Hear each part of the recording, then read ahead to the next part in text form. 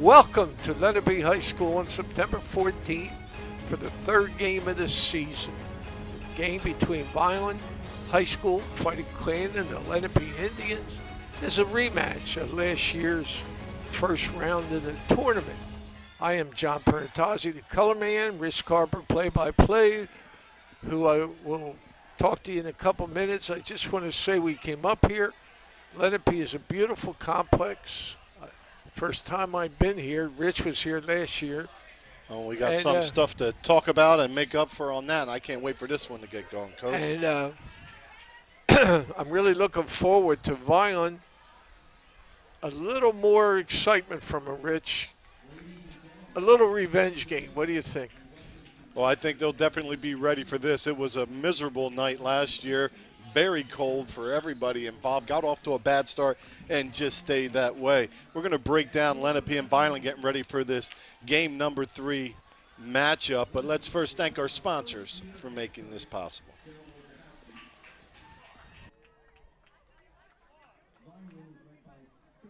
The Red and Gray Gridiron Club would like to thank the following sponsors for their support of Vineland High School football team this season.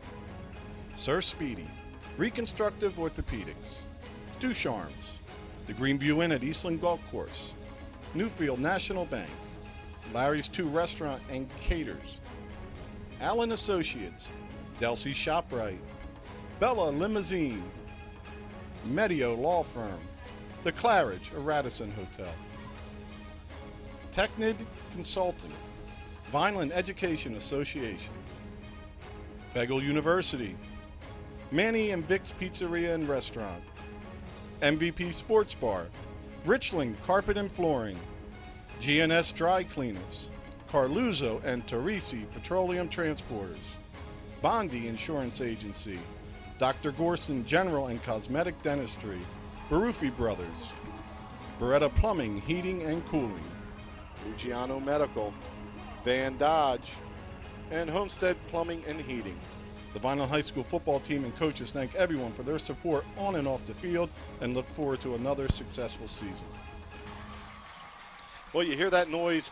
The defending South Jersey Group 5 state champion Lenape Indians have taken the field. We've got a packed side here, and especially the student section right in front of us. Let's talk about what's going on for this year's TILP. For Lenape, it's a new coach, Coach Wojciechowski, and defense coordinator taking over after, as I mentioned, Lenape's first Group 5 South title. The coach last year was a legend, Tim McEnany, whose father was Vince McEnany, coaching at Saucon when we played him. Oh, get out. Yeah. I was shocked when Jeff told me that Tim was the coach. Yeah, and certainly left on a high note with their first title. And they're trying to continue that culture.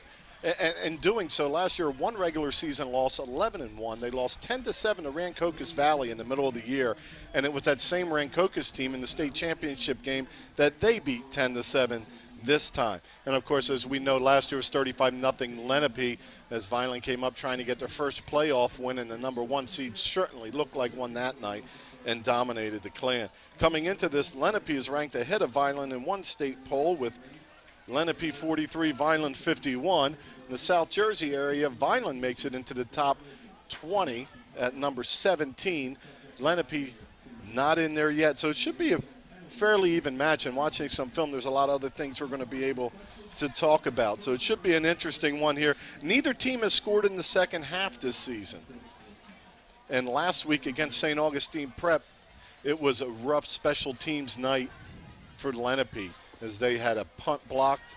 They've had 2 kicks returned on them, so it's been a little bit of a problem with their offense, averaging 135 yards a game. At quarterback, it's Connor Kennedy, who's 11 for 21 in 2 games for 58 yards, but with 2 interceptions. And he was under tremendous pressure all last week, getting sacked 6 times in the St. Augustine Prep game. He'll be trying to throw to number 8, Amir Bird, the senior at 5'8", 165. He brings the speed to the side of the equation, and the size is 6'2", senior Brandon Marshall. Running back Xavier Coleman, a sophomore at 5'10", 185, has 31 carries for 97 yards. He's averaging 3 a pop. And the offensive line led by 75 Jason Wingate. He's a 6'3", 315, big guy on both sides of the line, but I think that's where the big battle is going to be tonight, Coach, up front on the offensive line versus defensive line on both sides of the ball. Yeah, they Richie went down on the field, and I was watching them practice. They're a little bigger than I thought in the film. In the film they didn't look big like we are. But looking at them, when John and I were looking at them, they grew a little bit. There must be that grass or the rain. Yeah, they certainly, have good size across there, and they're maybe a little bigger than we had anticipated coming in. Vineland's still nursing some injuries with Truss Cooper. He's going to be out tonight. Reyes still has a cast on his hand. He's the senior captain, linebacker, and tight end. I thought he was getting it off this week. Not off yet, so hopefully the next time around. But this will be the season premiere of speedster running back, D-back DeAndre Tall Kennedy, who ran a couple kickbacks and looks to be getting some carries in the backfield.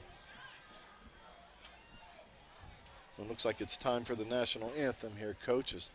I was wondering if they were going to unveil the state championship banner.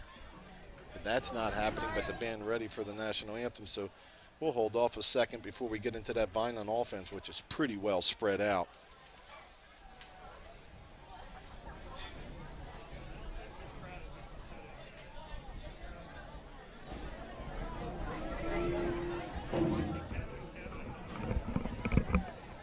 Please direct your attention to the center of the field and welcome the Lenape Marching Band under the direction of Steve Waldron. As we rise to honor America with the playing of our national anthem, we also pause to remember a great man who we lost all too soon this week. Mr. Mark Lilly was a coach for our Lenape football program, but more importantly was a teacher and coach in the truest sense of the term.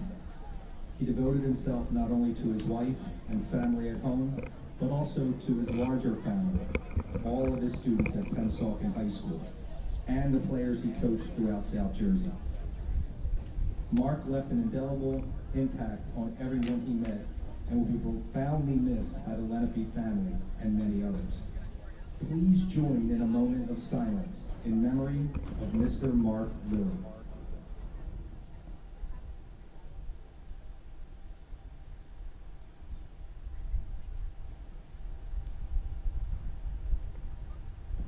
Thank you, and enjoy the game.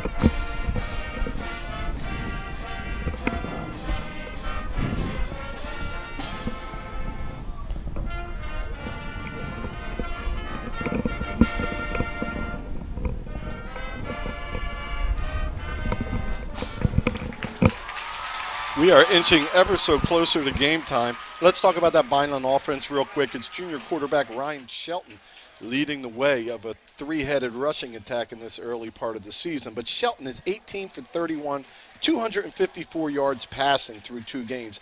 So that's over 14 yards per completion.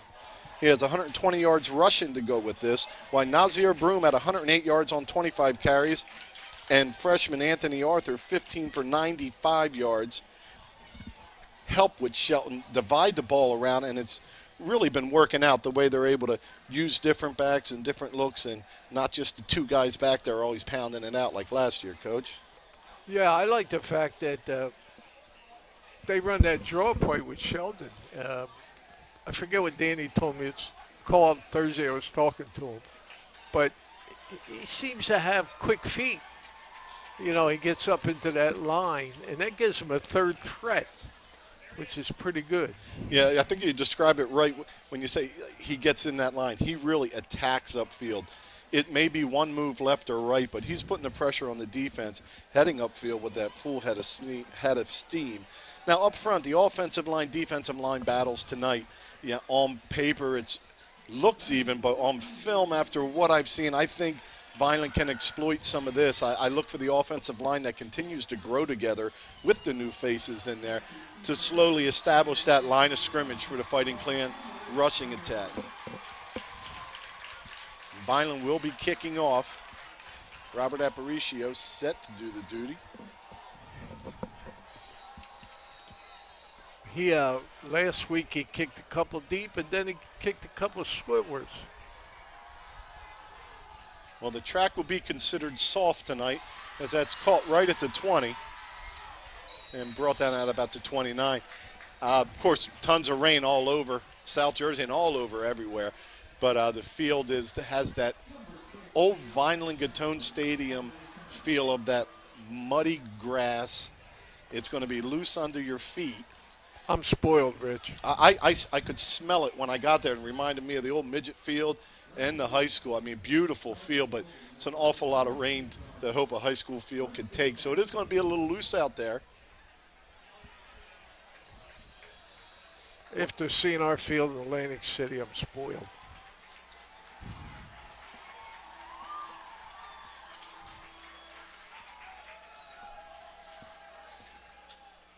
They're going to try to get wide on the first carry. Tyrene Powell with a shiver and makes the tackle, but not before a pickup of about 3 by Xavier Coleman. They closed that down pretty quick, Rich. That was pretty good defense.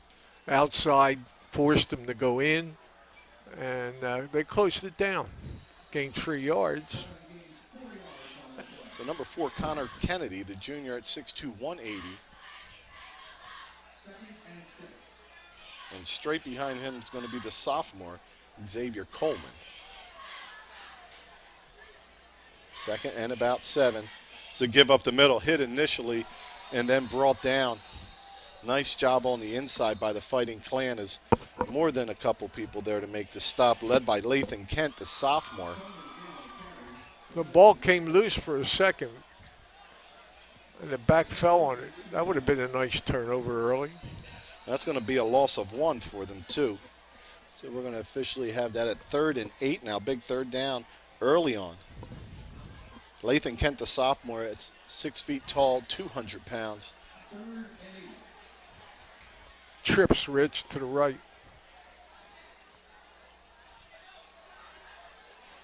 And he's to throw. Pressure. Little juke move. Somebody else. Tyrene Powell comes up. Oh. And makes the hit, but incomplete. Nice job by Kennedy buying time, but nobody to throw to.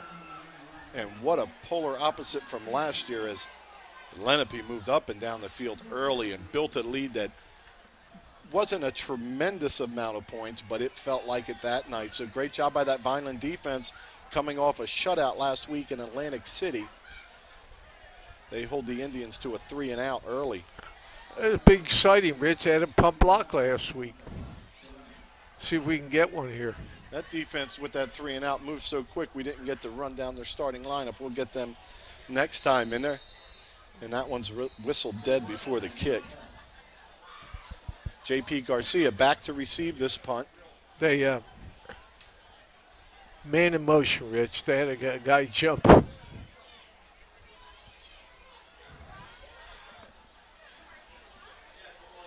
We should get the ball in pretty good field position. Yeah, and I don't think you're going to get a punt tonight that really carries and rolls as soft as that ground is. So even if you angle it away, it's not going to go too far. Kicks away, and it's real short. It's going to come down right about the 48, where it's fair, caught by J.P. Garcia, who gets a quick, harmless hug from the defender, Brandon Carter, and Vineland takes over an outstanding field position.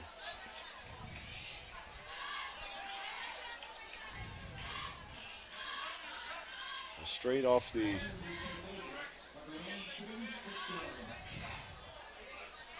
got that Vineland starting lineup up front, number 70, senior captain Mike Bachma. It's a senior at 6 feet tall, 265. Shelton, number 10, at quarterback. Looks like Broom alongside. Shelton's going to keep it himself, turn up the middle and pick up about 3 or 4. 64, Shane Eckert is your right guard. Eckert, another senior at 6 feet, 240.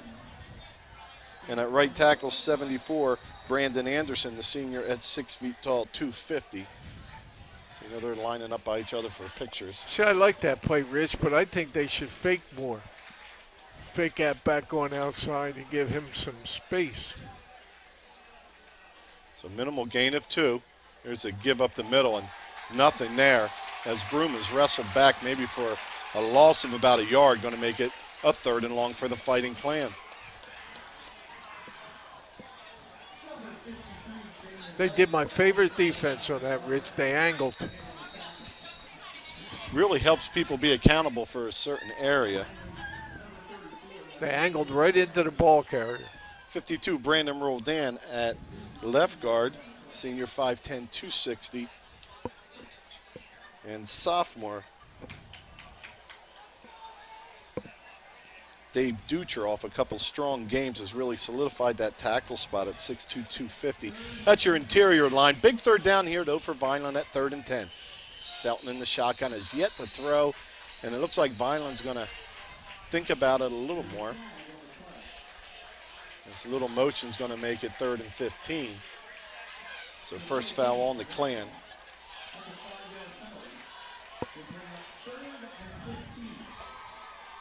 .22 Tyrene Powell at one wideout position at 6'4", 185. He is a junior, so 3rd and 15. It's Broom in the backfield. Powell out wide to the bottom of the screen. Harold up top. And there's a dump pass, and what a catch by Comrade Jackson. But he's hit right when he tries to wheel it in. And just a nice defensive play knocking that out. As Jackson got his arm up and made the grab, but as he's pulling it in, the contact came from the Indian defense, so that's going to fall incomplete. Surprised he was able to get his hand up there for it. It's not the first nice catch with his hands. We saw a tip and a reception last week. He has those 2 tight end seam passes that he's received. He's really improved, Rich. He's come a long way, and, you know, it's good to see him. Yeah, Jackson. But now into punt is Schnell. Good snap. Good kick. This one comes off his foot to the side, though. And that's going to roll dead right about the 44-yard line. Yeah. So both punters having a little bit of trouble with it early. So Lenape now will get that good field position that Vineland started with. 34, Nazir Broom is your starting fullback tonight. Well, Lenape's first possession, 3 and out. Vineland's first possession, 3 and out.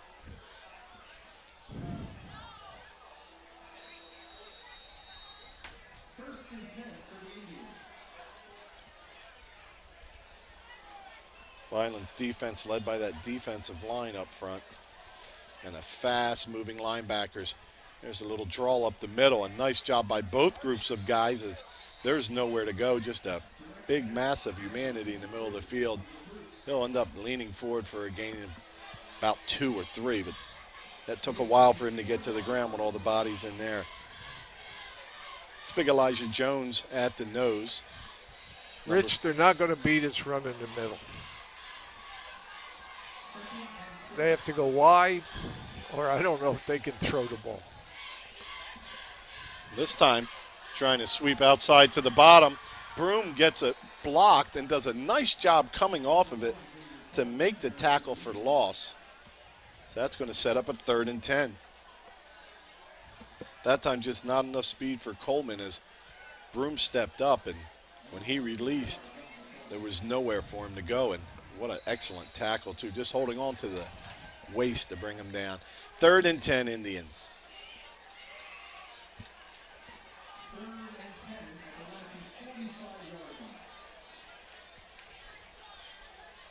Number 50, George Robinson, in at the nose.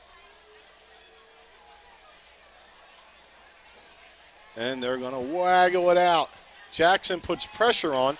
Now, can Powell make the tackle? And surely he does, as the receiver goes out of bounds after a short game.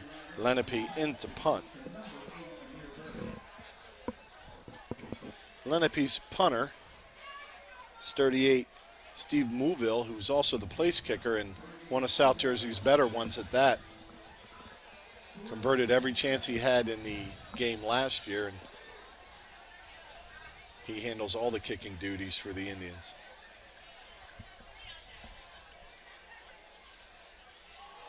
And that's a boomer, fair catch called for. And they're saying Indian ball called for comes out of his hands, and they wrestle for it down there. And the Indians are going to have a big turnover.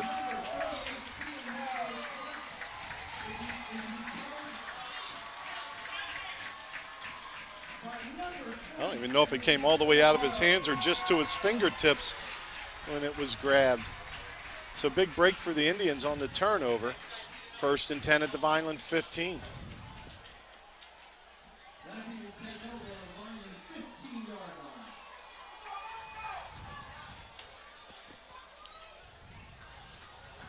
And they are already in kicker Steve Mouville's range. They try the middle again. Now bouncing to the outside with a little speed and a little power. Makes a move on Powell. Jumps towards the pylon. In the end zone for the touchdown goes Xavier Coleman.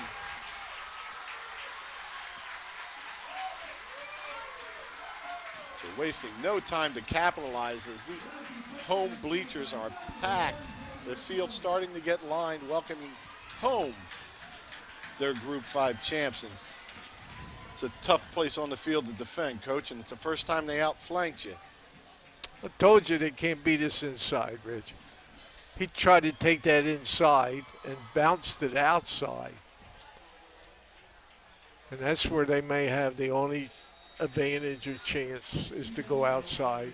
Yeah, everybody converged on that dive, and then just a nice piece of running by Coleman to get to the outside. And Vineland jumps off sides as Demetrius Rivers gets a little bit of a head start.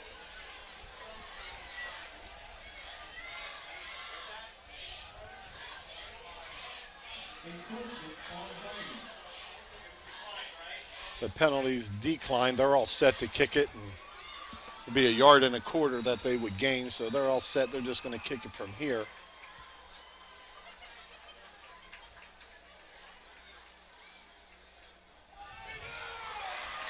Up and good. We're at 7:13 in the first corner, and off the turnover that sets the Indians up on the 15-yard line. They get in quickly on an inside run, which was bounced to the outside. Yeah, that was a heck of that was a heck of a turnaround. You know, both teams are going 3 and out. Yeah, it would have been twice for the Indians. 3 times. And 2 one's for us, Lenape yeah. and 1 for Vineland. And then that turnover, somehow turnovers juice you up. And that's you get the ball in the 15. And we've made a few turnovers. We had some strange ones this year too, like fumbling into the end zone last week, which is still up for debate after talking to the coaches pregame. I talked to Danny about that, and he said Powell did fumble. It was Powell, I think, whatever it is. I think so, Coach. Powell or Jackson, but I can't remember. I think it was either. Powell because I think it was going to be his touchdown. One of South Jersey's leading receivers looking to get in the end zone for the first time. It's a deep kick. Looking for something in the middle. Now bouncing to the outside. He's going to jaunt around to the 50 and welcome back DeAndre Tall Kennedy for his first touch of the season. And he gets Vineland set up right around midfield. Nice to see him back there returning kicks, Coach. Yeah. Did a good job by cutting that to the outside. You know, it's nice too. Like, you can tell a kick returner when they don't just run to the outside. They bust it as hard as they can up the middle to suck everybody in, then decide to try to get around to the outside. So 1st and 10 right at the 50-yard line. Shelton the broom. Not a ton in there as Jason Wingate brings him down, number 76. Number 78, Jacob Silver, in on the tackle, along with number 9, Ryan Irvine. Gain of 2 yards on the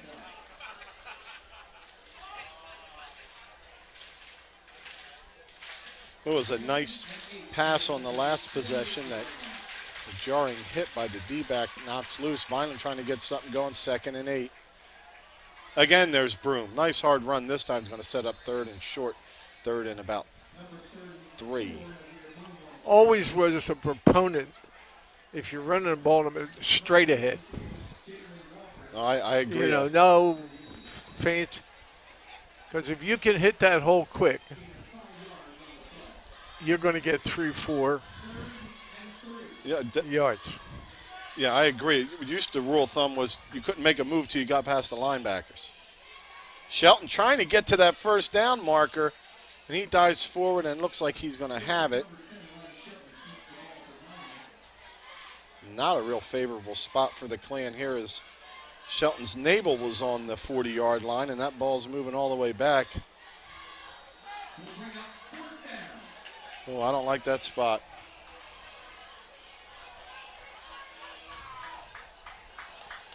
No, it looked like he fell in the line, Rich. Yeah, But yeah. the old axiom, if the referee puts it there, that's where it is. So big 4th, and Shelton's going to throw for it Oh. and hit right away and brought down. Outstanding play by Dasson Craig.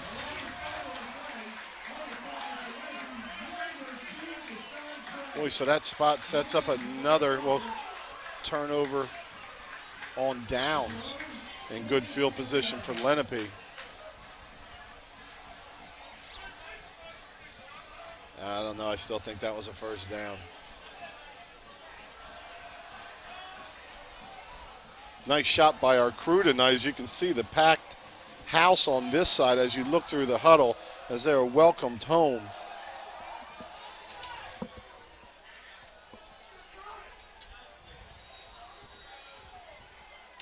Am I allowed to complain about something, Rich?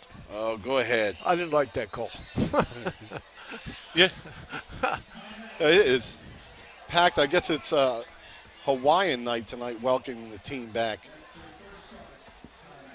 And they've had a lot to cheer about early with the turnover setting up that score. And then that stop on 4th. Tonight's crew, Kayla Spire, Tanner Bushman, Jordan Skarzinski, my bad. Doug Diola, Ryan Steinbraun, and executive producer of VPS TV is Gia Masori, the school district's public information officer. And that's what you get when you forget your phonetic spellings. My bad, Jordan.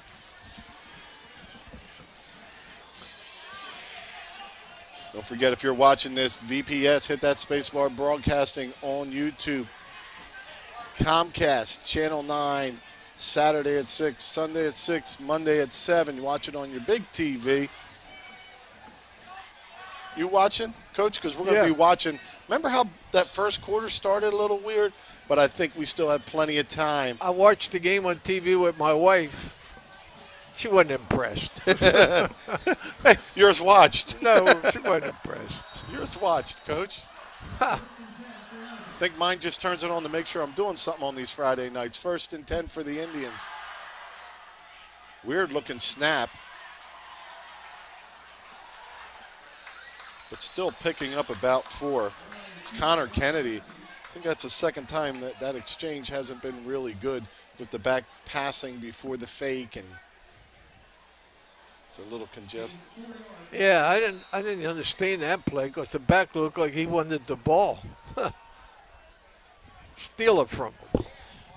Ryan Erlanger at quarterback. Sorry, I was looking at my notes and not at the roster.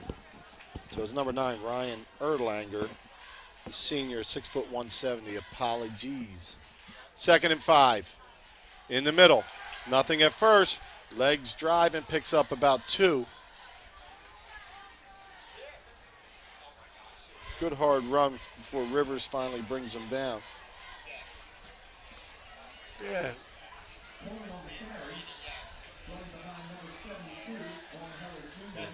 Vineland needs to make a stop here. I doubt this is 4-down territory. Is that Jones, the nose guard? He did a nice, he slid down, did a nice play on it. No, it wasn't Jones. Who's No, his that nose? one, yeah. Robinson at nose. Keeping it himself and hit, but moving forward. What a nice leg drive by the quarterback, Erlanger. As again, Rivers squares him up, and then he just moves laterally and picks up that 1st down.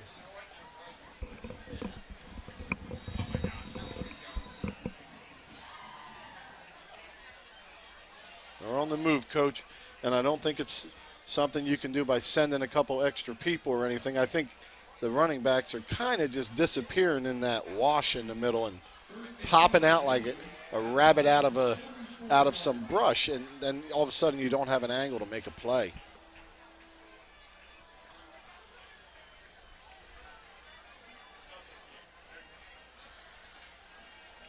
Erlanger keeps. He's turned back in, coming up and making a hit, but squirting through. Tall Kennedy came up to make the hit, but a nice spin move gets him past there for some big yards. Well, one thing we learned in this quarter, the offense is built around the quarterback. He's their best runner. Quarterback we didn't get to see on film. Yeah. At least I didn't. I only did the one. But so 1st and 10. Moving again. The prep dominated them up front.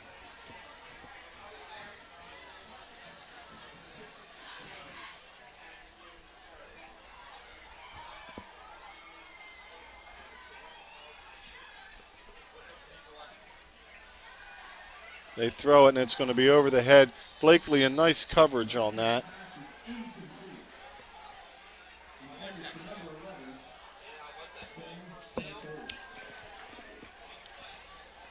So 2nd and 10.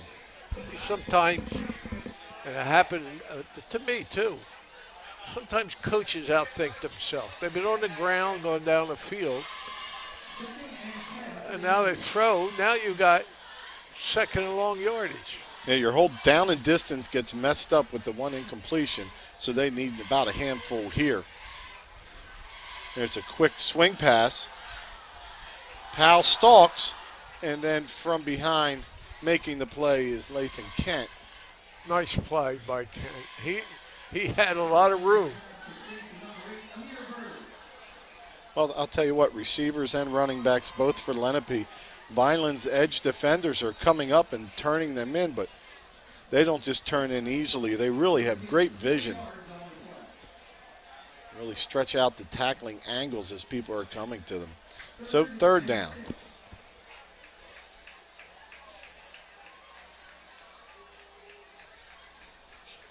Erlanger tries to draw them off. That doesn't work. There's a give up the middle and tackled and brought down maybe a gain of a yard on the play before Phil Blackwell makes the stop. Now they are at the 26. That's 36. 42-yard field goal attempt. The wind is at his back.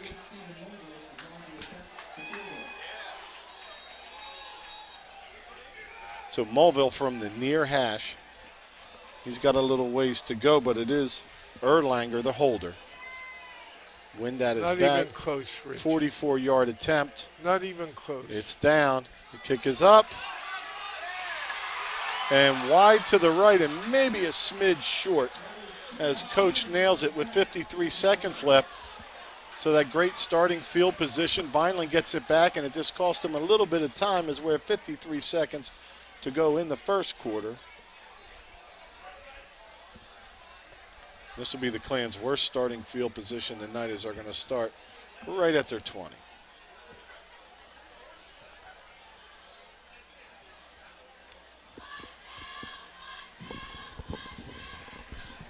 Why are they starting at the 20, Coach?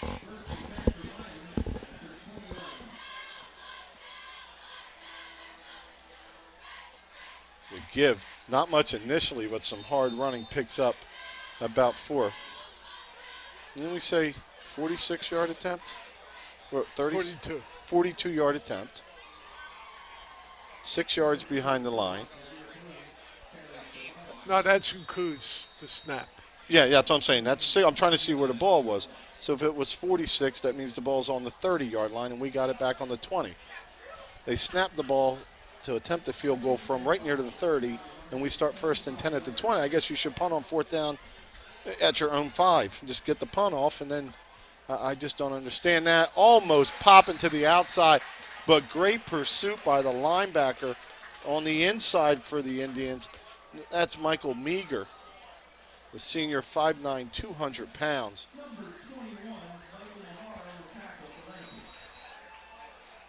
And that's going to do it for the quarter. Vineland looking for its offensive rhythm. They haven't really attacked the edges in the air. One little swing pass on the outside behind the line and a couple seam passes, but nothing really pounding the outside with their air attack.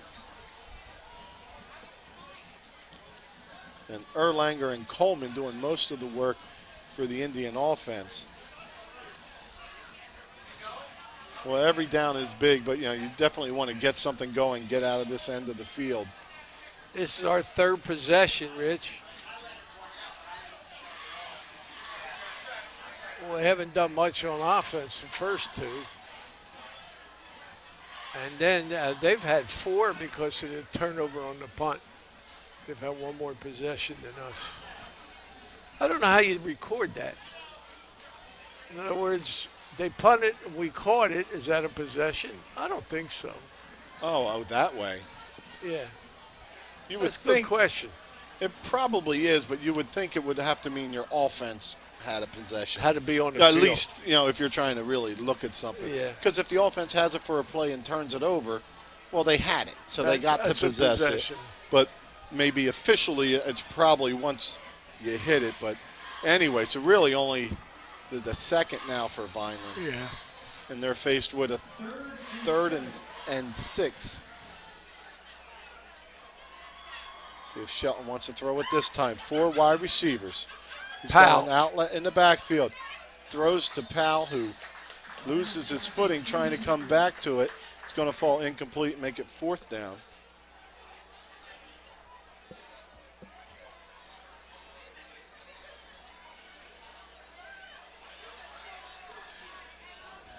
Nate Chanel a kick.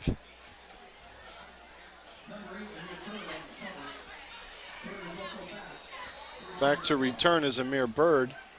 He's standing at his own 40-yard line awaiting the punt. Nice snap. Got back there in a hurry, too. Punt's going to hit right down at the 45, trying to outrun the coverage and getting to the sideline with a couple of moves is running back Coleman. As field position now really starting to lean heavily in the Indians' favor as they're going to start right around the Vineland 30.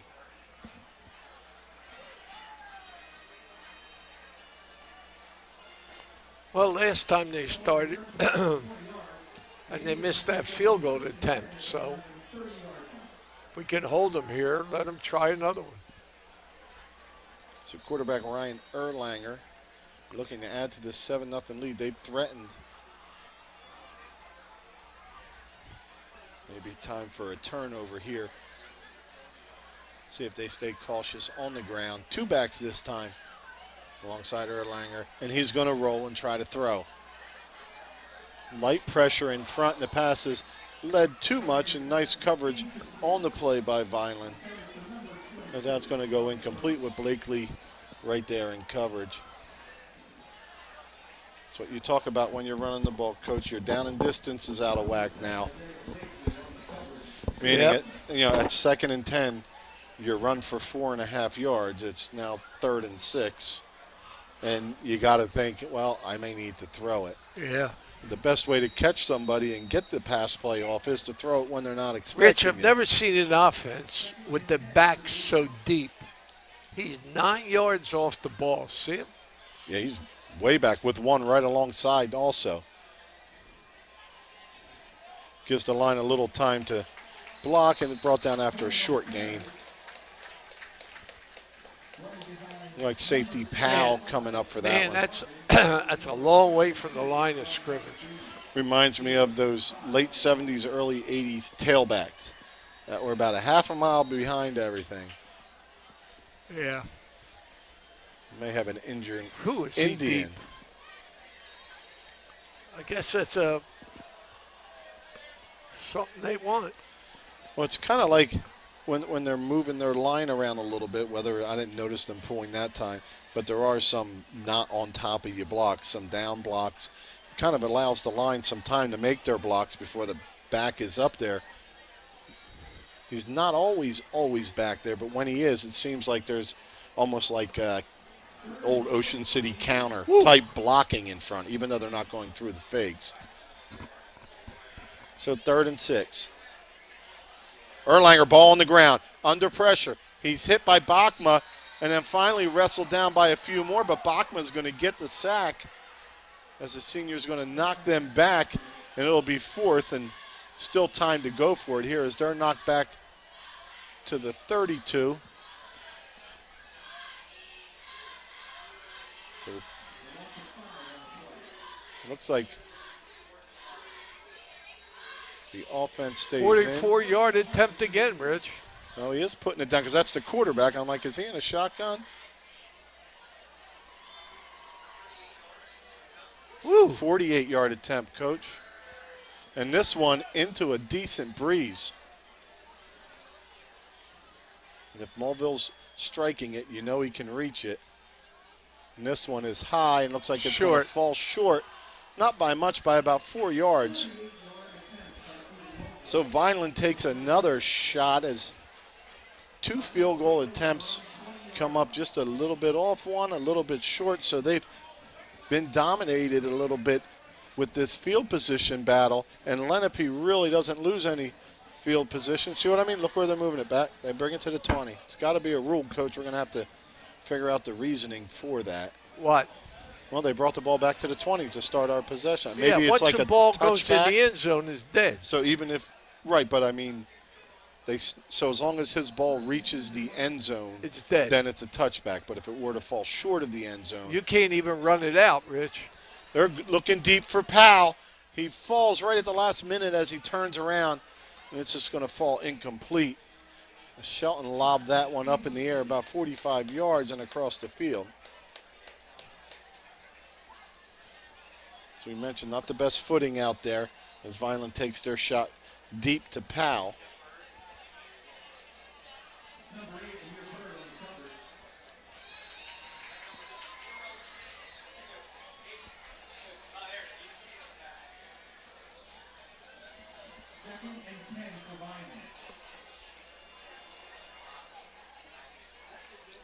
Haven't seen Shelton keep it all that much himself. And he throws a little swing pass out that goes incomplete. So Broom not able to come up with it. 3rd and 10. 9:45 to go in the second. Vineland deep in their own end at the 20.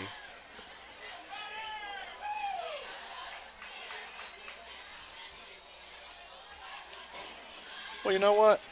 With that rule, which I now understand now that we've talked through it, kind of makes sense if your kicker's going to reach the end zone at least. Give him a shot at making it. It's going to go kind of like a punt.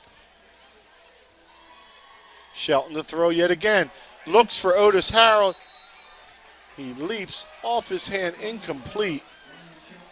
So Otis had a couple steps, but not able to bring it down. Oh, that's a shame. He was long gone. He catches that. He split the 2 safeties, Rich, right in half. Good call.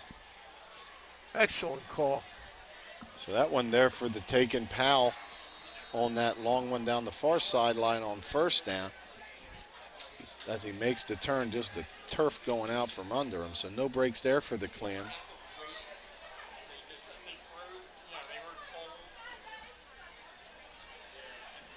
Snell gets away, a nice kick, hits at the 50, rolls to the 45 where it's picked up. Looking for somewhere to go, staying inbounds and just trickling on the out-of-bounds line is Erlanger. Make that bird on the return, number 8.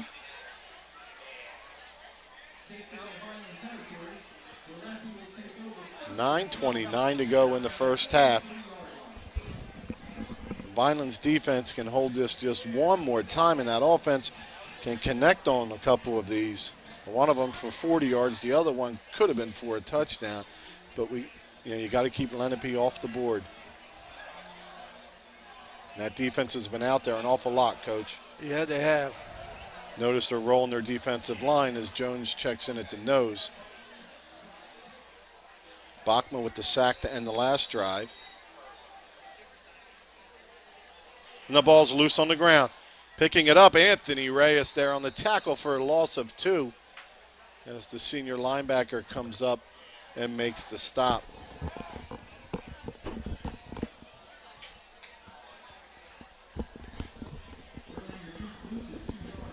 Rich, that's the first time this year I saw the blitz really work. I mean, he came through that hole like shot out of a cannon. Well, when they're running the ball, it's just so hard to find the ball carrier if you're playing that defense on that side. Remember, one of the coaches here used to run like a 5-3 and send the weak side back to like flush them out of there so you could find where they were. But Reyes found them that time for the loss of 2. There's a quarterback rolls. He's got a little seam to run. Tucks it up, puts on the Jets. He's on his feet, cutting to the outside before he's finally hit from behind and brought down. Powell and Reyes down there, but a big gain.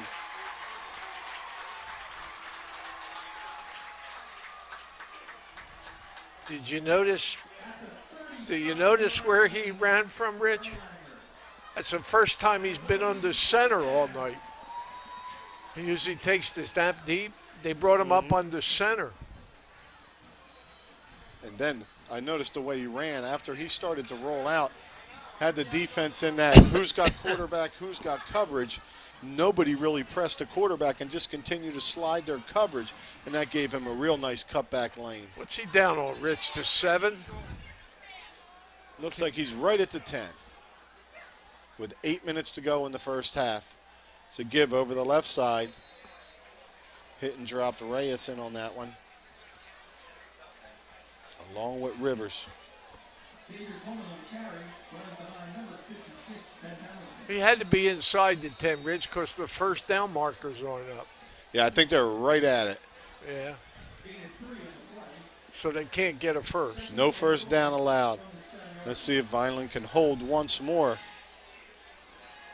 3 backs in the backfield. Old school power right, and wrestled and dropped. Not much that time.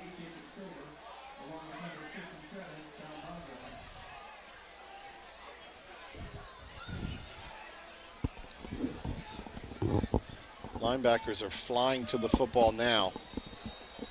But on those pass plays, a little indecision. Let's see if they try to roll Erlanger down to the bottom of the screen and give him some time with that dump pass or running it again. It's giving Vineland some trouble. But they're going full house backfield. 3 backs behind the quarterback, Erlanger. And they're going to go sweep. Trying to set the edges, Blakely. And diving in for the touchdown. Once again is Xavier Coleman.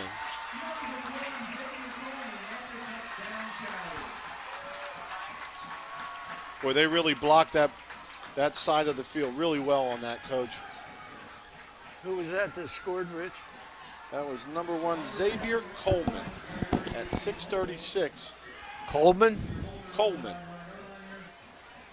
And you know you can't ask me to spell. You learned that on the way up here.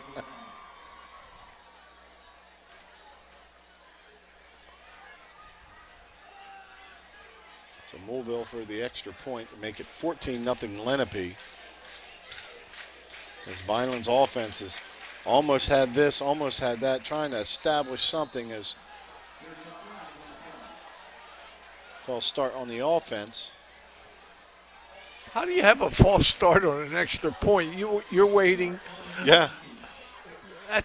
Now see, that's amazing to me. Because you're waiting. You don't have to move. You shouldn't move. Well, Coach is explaining, nobody's yelling go, hike, set. Nothing. You know, it's just communication between the holder and the center. See, the equivalent of a 25-yard field goal for Moulville's. Snap is high, kick is down, up and good, 14-0 Lenape. Still a lot of time here in the first half. Vineland will get the ball to start the second half, looking to get on the scoreboard here before we hit that halftime.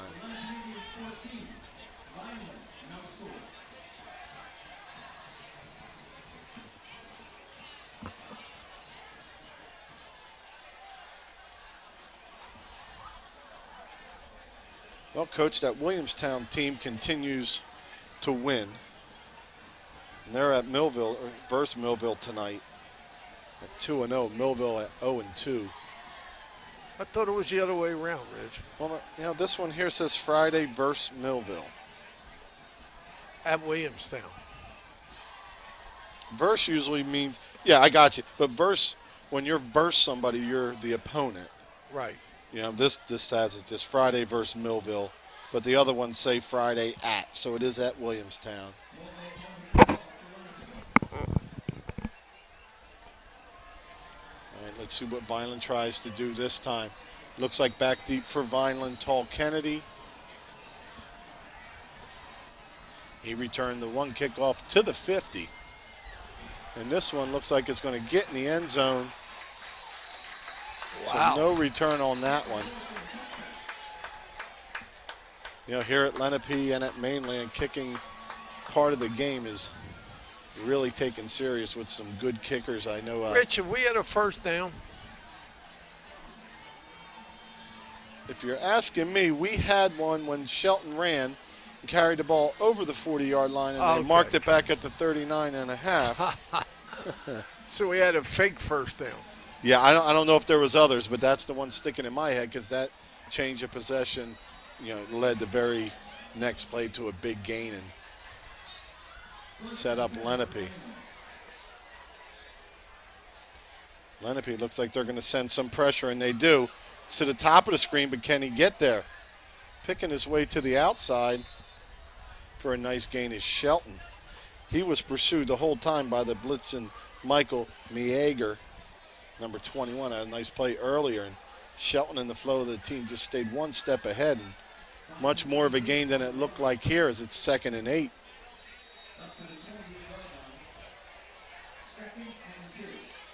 Anthony Arthur, number 1, the freshman, in at running back.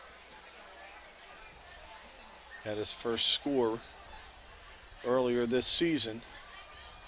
To give over the left side, and Arthur picks up the first down. All right.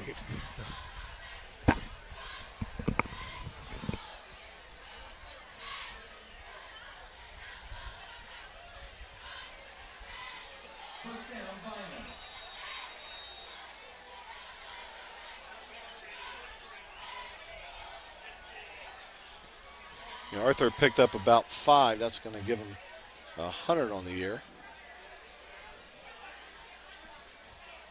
He's going to stay in with this one. This one taking a little bit of time here.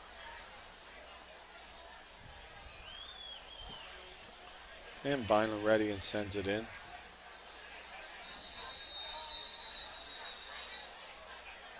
And Vineland takes a timeout.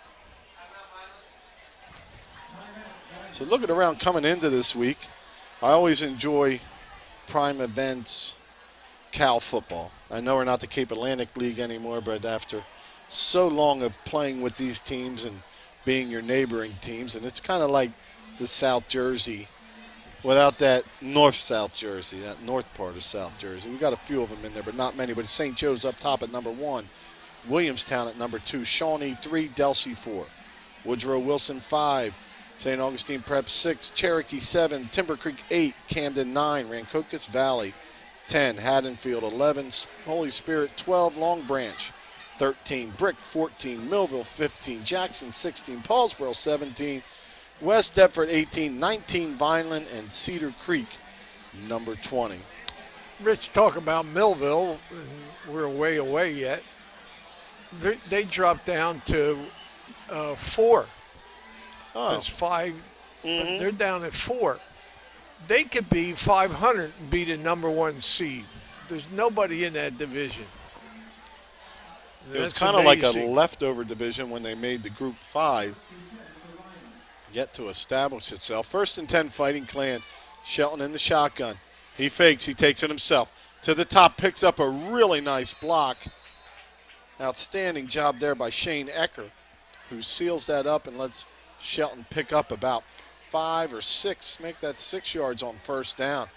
64 Eckert. You see him just making that block. Staying on the block.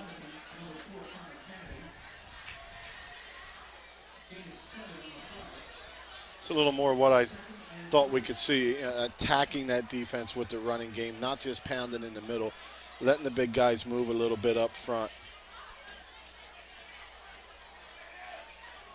That hard run looks like it's going to be enough for a 1st down. So Vineland driving and grinding, picks up another 1st down.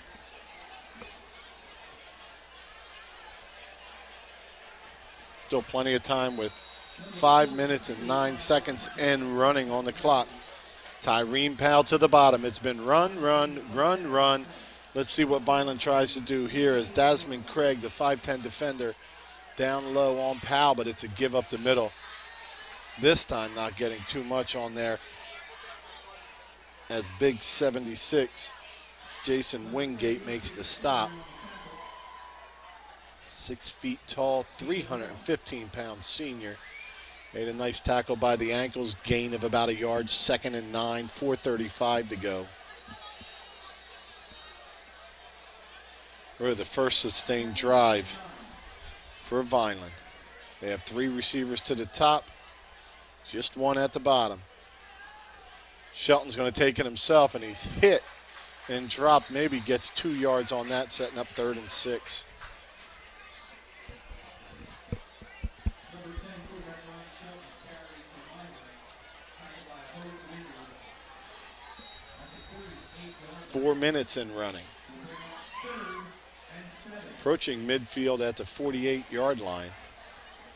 Plenty of time, Rich. Plenty of time. Just run your normal offense. Well, I think we're getting in the end zone. Not on this play, but on this drive, Coach. Powell tries to get loose.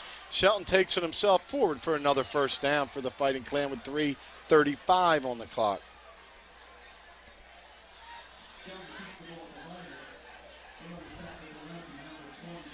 Well, with this first sustained drive for the Fighting Clan, we're starting to see some hands on the hips on the defense finally. And, you know, they've been out there a little bit. The Vineland defense has been on the field most of the 1st half. But now the first extended drive, you know, everybody's kind of losing a step. That time Tyreen Powell got tangled up on his release. Shelton reads it and pulls it down and takes off.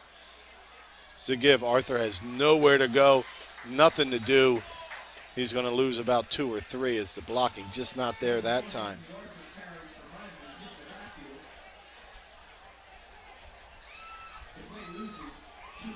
First negative play on this drive. Yeah, they've had 3 1st downs in a row. We're at 2:55 and running.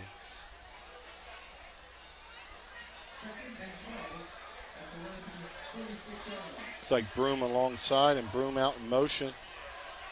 Shelton almost makes it through, stays on his feet, but takes a big hit after a gain of about 5. Well, if not for that shoestring holding on down there, he could have kicked free and picked up some big yards. So 2 down territory, I would assume, with 2:20 and running on the clock. Shelton and the Vineland offense faced with a 3rd and 7.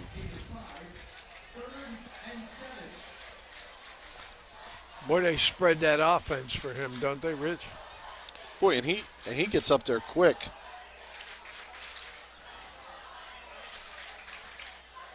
Well, look with the 4D lineman with no nose. You know, it's a linebacker and some blocking. It looks like Vineland's been trying to get up in there. Gain of a yard. It's 4th and 5 from the 40 with 1:45 in running.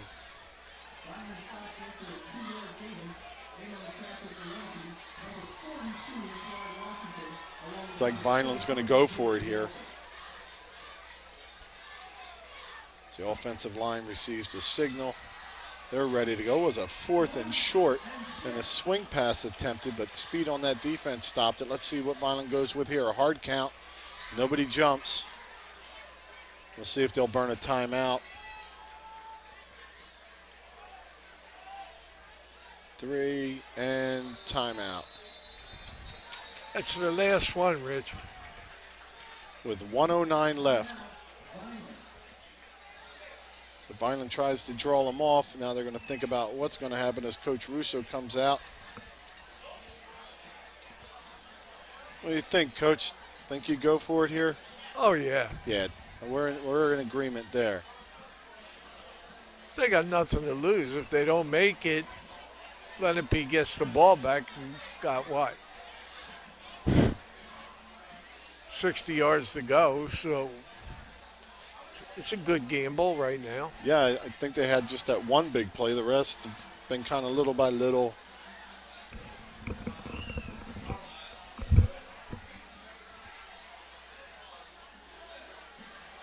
You throw and you're running. Throw. Almost like old school waggle. I just want to roll Shelton out. Hook. Or throw the marker pass like we used to. Throw it right at the marker. And when you coach, you know what happened if you stopped short of the marker? Oh. You never saw another ball thrown to you. Maybe you didn't get to go back out. Now you get on a swing. Keep swinging. All right, big 4th down for the Fighting Clan. 1:09 to go. Down 2 scores. They're right at the Lenape 40. It's Shelton and Broom in the backfield. Crowd rises up. Shelton to throw. He flops it back to Broom, who's hit and dropped for a 2-yard loss. Nice job, Ryan Erlanger, reading that and sniffing it out. So the drive moves but stalls out. With 1:01 to go, it's going to be Lenape with the football. As I mentioned, Vineland gets it to start the second half.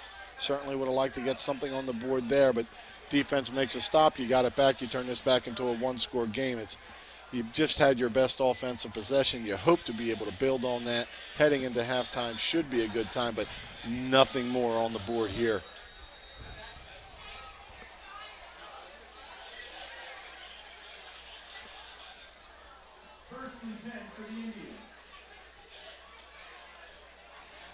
It's Erlanger in the shotgun.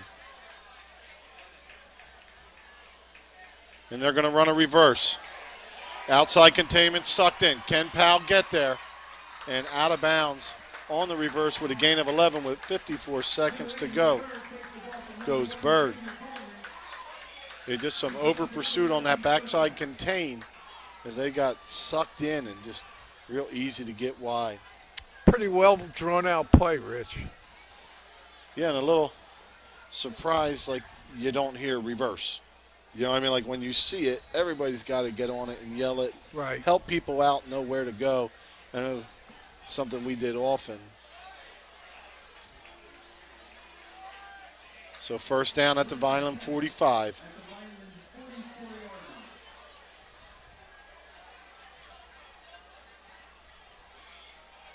Looking for somewhere to run. Erlanger turns up, and it's going to be Broom with the stop. Lenape with the timeout with 48 seconds. That's their second one, Rich. It's going to be interesting to see what they're going to try to do with this here. A lot of patience Probably Erlanger trying to pick a spot to run to. But it's 2nd and about 8. I hope we break the jinx, Rich, about scoring in the second half. Oh, yeah, we talked earlier. Neither or neither, either or either team has scored. Wow, nobody scored in the second half, Coach. No. I want my English teachers calling me.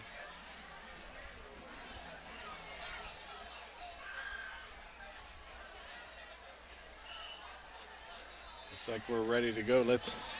48 seconds. Ball now on the 44.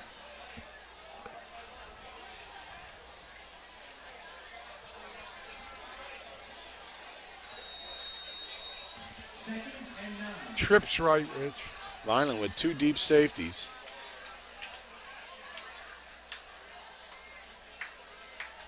And it's quarterback draw. Getting outside of Rivers.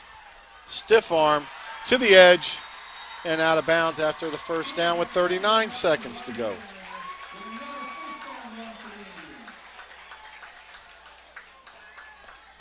That's a pretty good play, Rich. Quarterback draw with everybody. They had 5 receivers spread. Kind of neat. They had the trips up top. When the back went in motion, linebackers shifted towards the wide out backside, and that just took that one head across the midline, which gave him some room to run. Yeah. All right, we need to stop here, Rich. And I think everybody may be trying a little bit too hard for that stop and over pursuing, a little bit out of position. Trips again.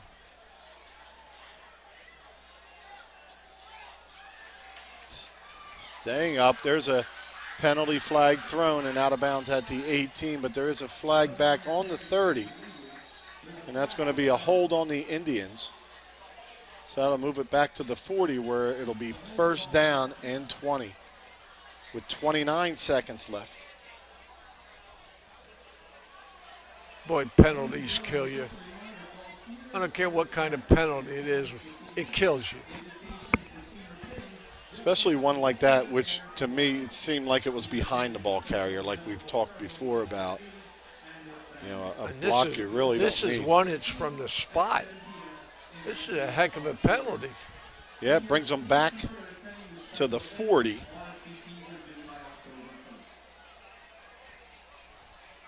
Well, if I'm Lenape, I got to be happy with the 14. I may throw it, but it'll be conservative. First and 21, Rich. I don't think I'd throw it in the middle of the field, that's for sure. Really don't want to give Vineland something to go in the half on bootleg around. Turn back in and making a move to the outside. Flicks it, intercepted by Vineland. On his feet to midfield and out of bounds. Tall Kennedy with the interception. See what that penalty did? Changed the whole philosophy. They have run the ball all the way down the field, get the 11-yard penalty, and it changed everything. It gives Vineland a chance to go in. 17 seconds. We have Vineland out of timeouts. I'm going to go with Coach. The scoreboard says they have one, but I'm betting on you, Coach. 17 seconds. See if Vineland tries to take a couple shots towards the end zone here. You have your first-year starting quarterback in Ryan Shelton, but he's a smart football player, and I think he knows he needs to get rid of the football if that's what they're going to try to do. We spread out. Shelton holds in the pocket, rolls to the top.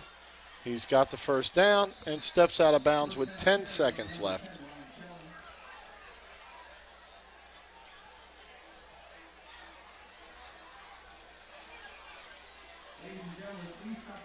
Well, earlier in the game, we saw Shelton throw one about 45 yards. So you know he has the arm to reach it in there. Well, you have the time and the receiver. It's not even like here you can do a trick play because they're playing soft and playing off. Ooh, they're deep. Yeah. Got a linebacker about 15 yards off the ball. And out with a soft corner. Belton the throw. He's got somebody drag in the middle, and it's called incomplete with 4.9 seconds to go on the 18-yard line. Vineland's going to need to get up there and spike the football. Oh, they did have their one more timeout. Did Coach. They called one in the first quarter, one in the third quarter, and I got another. How about that? Good for them. Yeah, and decent field position, but just not enough time with 5 seconds. They'll probably have one more shot at it. Got to throw it in the end zone.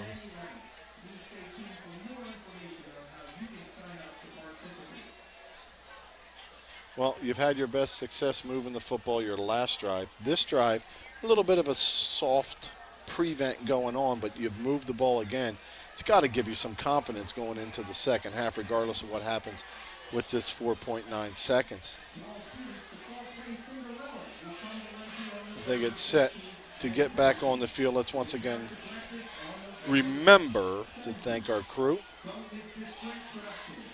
Kayla Spire, Tanner Bushman, Jordan Skarzinski, Doug Diola, Ryan Steinbrown are our crew chiefs, and executive producer of VPS TV is Gia Masori, the school district's public information officer. So here we go, 4.9 seconds. Vineland with the ball on the Indians' 18. This could be the last play of the half. It's Tyrene One-on-one Powell. out here, Rich, on your right. Here comes the safety over top, throwing it incomplete in the middle, and that's going to do it for the first half. That falls harmlessly to the ground. So, Coach, a lot of weird things happened in that first half, but the second quarter a little better than the first for the Fighting Clan. Can you take us through some of that? Absolutely. Vineland had the ball, Rich, 6 times. It wasn't until the middle of the second quarter where they got a drive going. They got 3 first downs in a row and then lost the ball on a 4th down pass. Lenape's had the ball 7 times. The disparity is the fumble. So they had the ball one more time than us. Yeah. Ends up at 1st and 10 at the Vineland field. At the 7:13 from the 15-yard line, Coleman ran it in. The kick was good. So Lenape went up 7-0. Attempted 2 field goals, and they fell short. Then they got the ball and they started on their own 43 when Vineland ran out of downs, and the quarterback had a gain down in the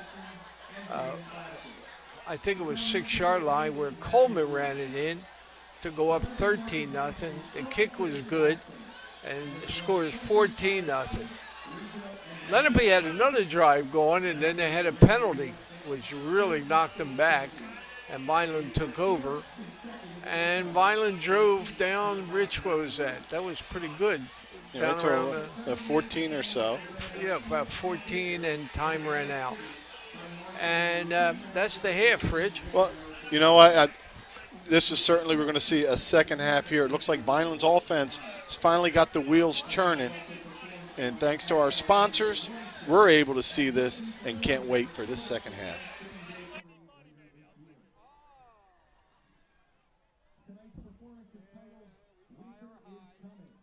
The Red and Gray Gridiron Club would like to thank the following sponsors for their support of Vineland High School football team this season. Sir Speedy, Reconstructive Orthopedics, Ducharmes, the Greenview Inn at Eastland Golf Course, Newfield National Bank, Larry's 2 Restaurant and Caters, Allen Associates, Delsey ShopRite, Bella Limousine, Medio Law Firm, The Claridge, a Radisson Hotel, Technid Consulting, Vineland Education Association, Begal University, Manny and Vic's Pizzeria and Restaurant, MVP Sports Bar, Richling Carpet and Flooring, GNS Dry Cleaners, Carluzzo and Torrisi Petroleum Transporters, Bondi Insurance Agency, Dr. Gorson General and Cosmetic Dentistry, Barufi Brothers, Beretta Plumbing, Heating and Cooling. Luciano Medical, Van Dodge, and Homestead Plumbing and Heating. The Vineland High School football team and coaches thank everyone for their support on and off the field and look forward to another successful season.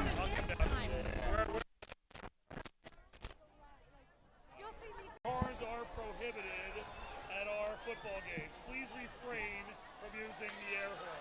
Sorry, right. Welcome back to the second half of the Lenape Vineland game with Vineland trailing 14-0. And I'll turn it over to our play-by-play man, Rich Scarpa. Rich, you're on. Nice timing, Coach. 14-0 Indians. Vineland set to receive. This one's blasted. Tall Kennedy takes it, but steps in field. Won't be allowed to return that. Vineland takes over at the 20. Well, that first half, take a look at some stats provided for us by Tom McGurk. It's Shelton with 8 carries for 44 yards. Broome 6 for 10. Arthur 4 for 10. Passing Shelton 3 of 8 for 11 yards. Receiving Harold 1 for 19. Tony 2 for -8. Lenape, it's Coleman 10 carries for 32 yards. Erlanger 9 for 63. He had that big one in the second quarter. Bird 1 for 10. And Erlanger 2 of 6 for 8 yards and an interception. So Vineland with the ball. Shelton going to throw. Now he tucks 20, 25, comes across down at the 31 yard. There's that get outside and put the defender in jeopardy as Shelton takes off to run it, then pulls back, gets it to Broome for the nice gain. That was a nice play. I was getting nervous. I thought it was on the line of scrimmage. He was getting up there. I looked at the ref looking, and everything was all right. Now here's motion to the short side of the field as J.P. Garcia passes through. There's a given staying on his feet, I believe still. Gain of 6 for Broome.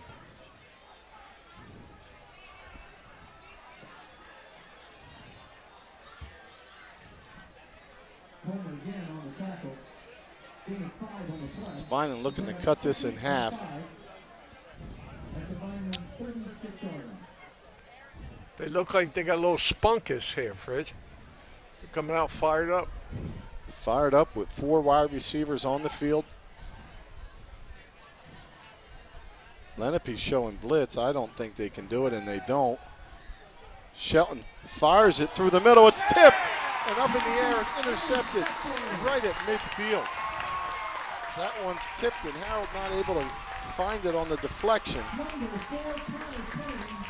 So another turnover. Lenape right at midfield.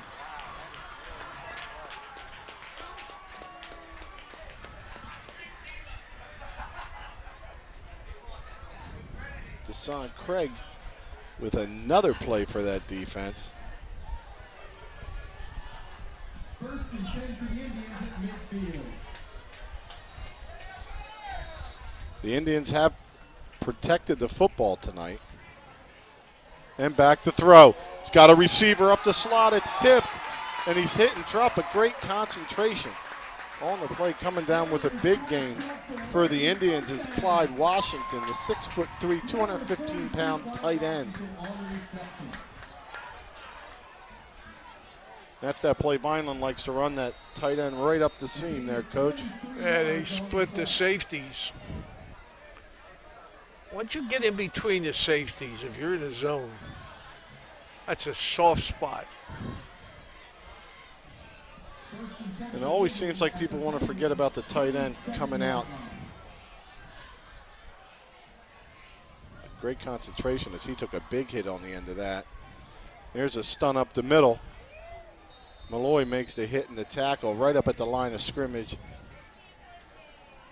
Rich, we got 8 men in the box, which means we got 8 defenders within 2 yards of the line of scrimmage. I guess we're going to concentrate, stop the run. Yeah, you put them up there, but then what's killed us or hurt us a little bit today is when they bounce to the outside. See, Rich, When it how is many guys we got in the box? Well, the passing numbers 2 of 6 for 8 yards with an interception. So Vineland wasn't too concerned with the pass, but now going to throw it again. He's got an open receiver, and the ball is knocked loose, and they're saying incomplete. Boy, the way that official ran out there, I thought it was incomplete. But the way he ran out there towards that ball, I thought he was saying it was alive because he was on a dead sprint to the spot without hitting that whistle. Rich, that happened to us, didn't it, to Brown in the first half? Yeah. Ball was dislodged from it. Yeah, Jackson with that real nice one hand grabbed the point of the football, but the contact came right before as he was pulling it in. But now third down. It's 3rd and 10. Erlanger coming out, throwing a little bit, and he's going to try to run draw. Lots of whistles, and a flag on the field. Procedure on the offense. So it'll be 3rd and 15. We saw this happen to Lenape in the end of the half. They're driving, got a penalty, and it was done. Like I said, Rich, I don't care what kind of penalty, it kills you. Now they got 3rd and what, 15? 3rd and 15 from about the 33. So I don't. 3rd and 10 was more manageable. And close to their field goal range too. Yeah. So they're going to need to pick up about 7 yards here to have a shot at a field goal, you would think, based on the earlier kicks. 3 receivers bunched up to the top. Erlanger now empties the backfield out. There's the guard pulling. They box him in. There's a little seam in the middle, and Erlanger's going to pick up right about 8 yards. Looks like it's going to be right at the 25. 41-yard try if he goes for the field goal again. Boy, he's got confidence in this young man, doesn't he? And a lot of confidence in the blocking up front that it's not going to get blocked or anything. Yeah. But as I've learned today, all he needs to do is make it cross the end line, and Vineland can't return it or do anything with it. So in all, You mean I taught you something today? it's about time. We're going on decades. Taught me how to shoot from the top of the key once. And he's got a foot into this, but I think it's going towards the left, but it makes it in. 3rd time's the charm. As Mulville converts. 41-yard field goal, Rich. He probably only had a couple yards to spare on that. And again on that 3rd down play, 3rd and 15, they pick up about 8. But he was boxed in real nice and then kind of over pursuit by Vineland. This guy's got a big head, Rich. I can't see the scoreboard. Oh, 8:27. Left 17-0. 8:27 in the 3rd. Vineland going to get it back. Turned over on the deflected pass last time.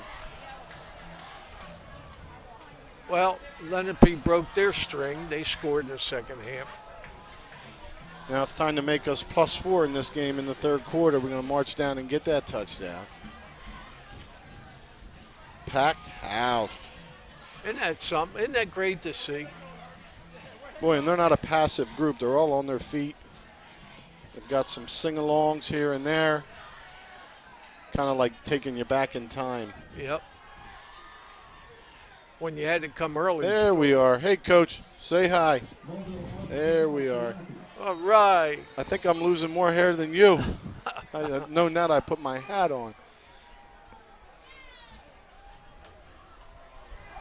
So this one's booted deep and into the end zone for a touchback. So Tall won't get a chance there as Mulville hits it far enough to stop the 2 return attempts this half, giving Vineland a long field.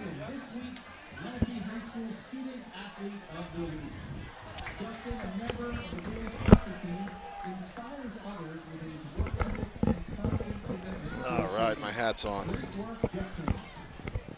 Plenty of time, 8:27. Vineland's offense the last 3 times has moved the ball better than all game. It was the deflected pass interception, running out of time at the end of the 2nd quarter. And a 4th and 1, they came up a little short after 3 first downs. Shelton rolls, floats, throws. Reyes with a catch, spins, and is brought down after about 4 yards. You know what impresses me, Rich, about Lenape? Their reaction to the ball. They really react very well. And in the right direction and in the right way. They don't over pursue. They don't commit too early. So we see Reyes there, 84, with that cast on his hand. You know, he's coming into the season the starting tight end, as well as a 4-year starter on the defensive side of the ball. Last year playing some tight end. That's a one-handed grab, as he's a weapon Vineland can use up there to go along with Conrad Jackson, bouncing to the outside, picking through the middle. Broom's running hard. He's got another first down. Hard running by Broom, and some life on the Vineland side of the field.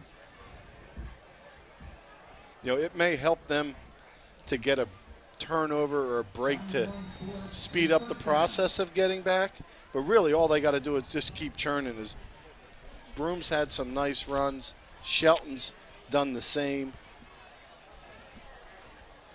They're starting to get in a little rhythm, mixing up their offense.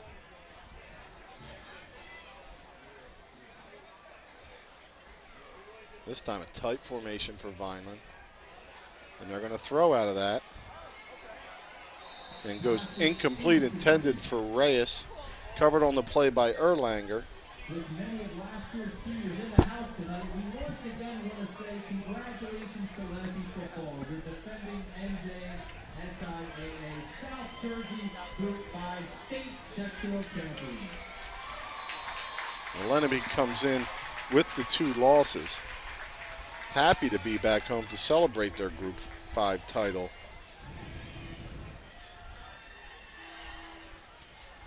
Shelton on the draw, makes it through the first line of defense, stays behind his blocking and on his feet and picks up a first down. Nice patience by Shelton on that run. Yeah, this drive started on the 20, Rich. And they're down on their own 49, a couple first downs, keep the ball moving.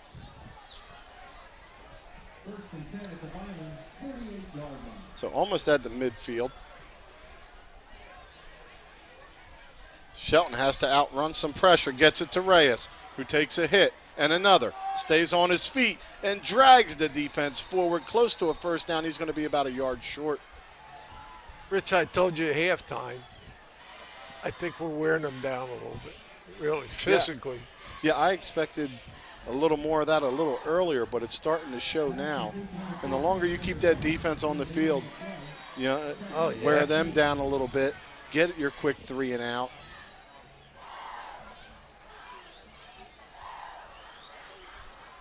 So a second nice looking drive for the Clan today. See if they try to take the top off of this and hit something deep. And sure enough, it's thrown in pass interference. Nah. Well, you can't cut them off, Coach. Yeah, but it's got to be catchable. I haven't seen much get over his head that much that, I don't know, if you're 3 yards away from a ball and somebody's screening you off. But as Coach mentioned, not close enough to draw the flag. Nope. The old axiom, if there's no flag, it's not a penalty. Yep, it was as close, not that play, but most times when there's no, it was as close as could be without a hold, so that's a perfect block. 3rd and short. This is right about the spot where Vineland had a 3rd and 1 that Shelton tended to pick up with his legs.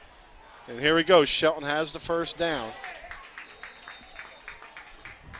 Nothing like celebrating a tackle after on a 3rd and 1 you give up 5 yards, but that's what's happening there on defense as Deshaun Craig forgets down in distance.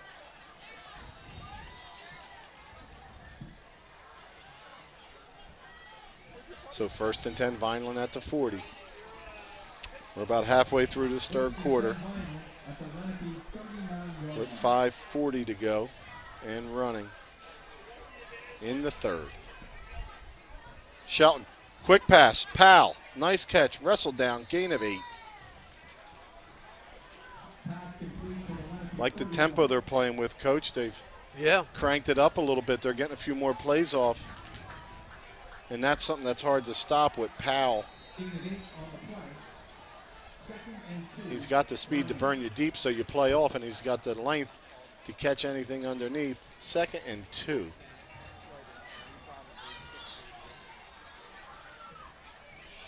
It's Broom and Shelton in the backfield. Here comes pressure through the A-gaps. And it looks like maybe it's either going to be a false start or an offsides. False start, Rich.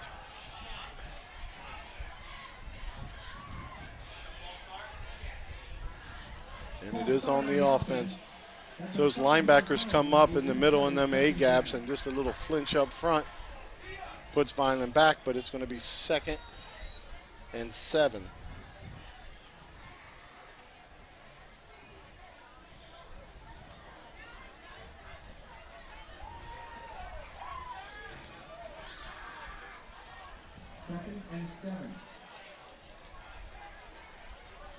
That pass is batted out of the way and knocked incomplete by Jalen Walker. I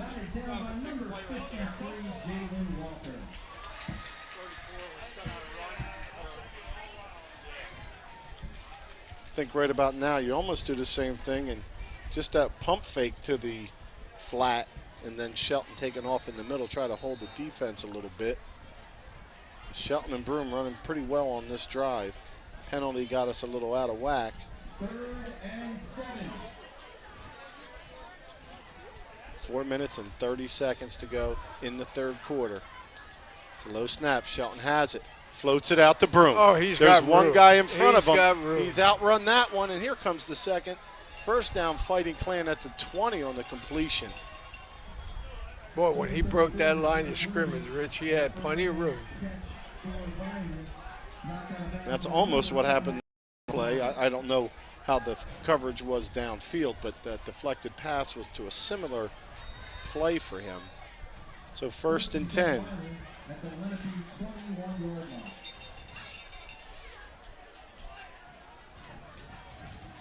Boy, this is right where that pole's in my way. I got to lean over you a little bit, Coach.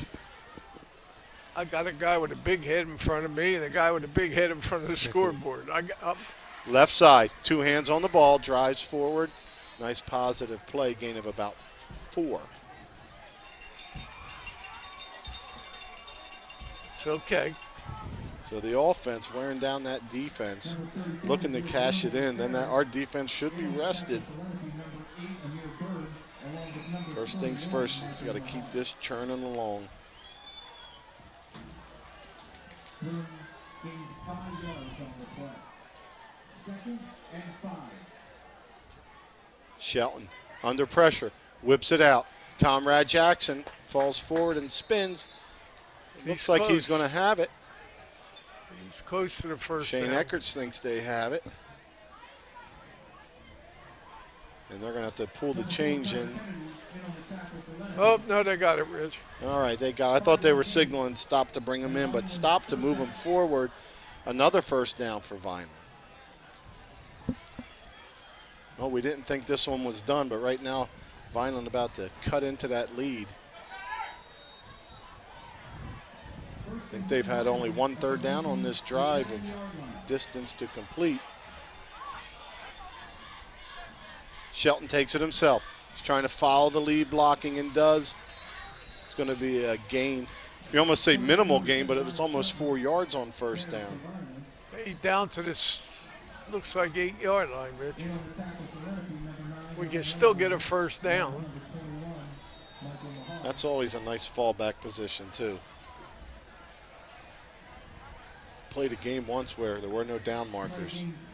When? It was in North Carolina, and you had to make 2 lines, 2 5-yard lines. You had to go over 2 or 3. I think it was 3, depending on where you were. So they didn't even need them on the side. There's a give up the middle, and that's clogged up. And the ball comes loose, and it goes in the end zone. Vineland saying they have it. No. The officials are saying no. Touchback. For the 2nd week in a row, a ball fumbled into the end zone. The Vineland players are saying they have it. The officials are saying that no, Lenape has it.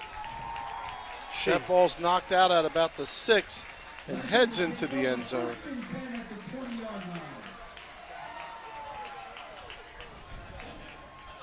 Coach Russo a little concerned with it.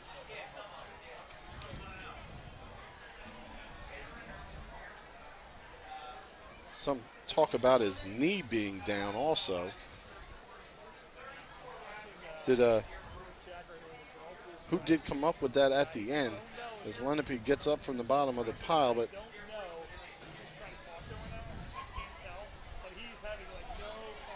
boy, a long drive for Vineland, and they get turned away.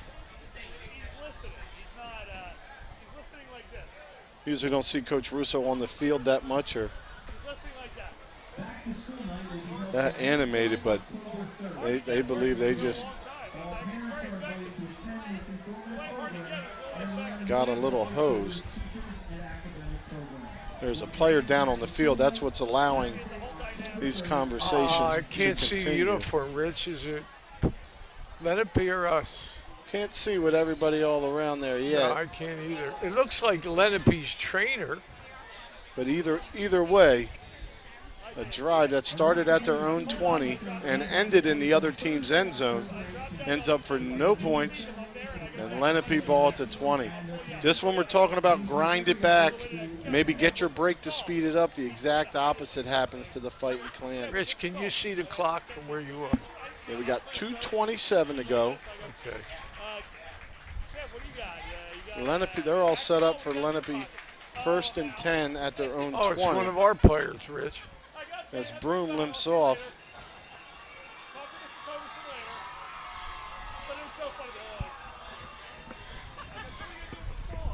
Is that Broom? Yeah, Broom's coming off, but he's under his own power. That defense now really needs a 3 and out.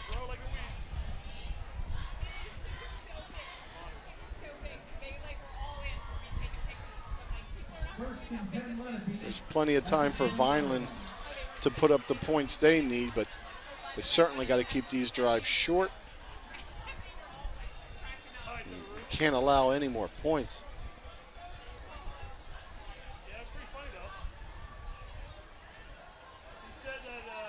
It's a blitz. Quarterback to the top, trying to make a move on the defenders, and a flag comes in. Oh. Possible face mask. offensive. Well, I thought the straight arm had the face mask, but either way, there's a Lenape player cramped up on the side, the ball carrier. And it is a face mask on the offense. That straight arm grabs the mask. That's going to push him back.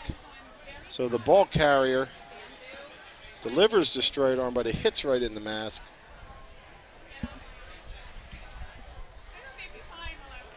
Is that the quarterback, Rich? It's either Amir Bird, number 8, or number 9, Ryan Erlinger. That's who committed the foul, and that's who's on the sideline getting worked on for some calf cramps.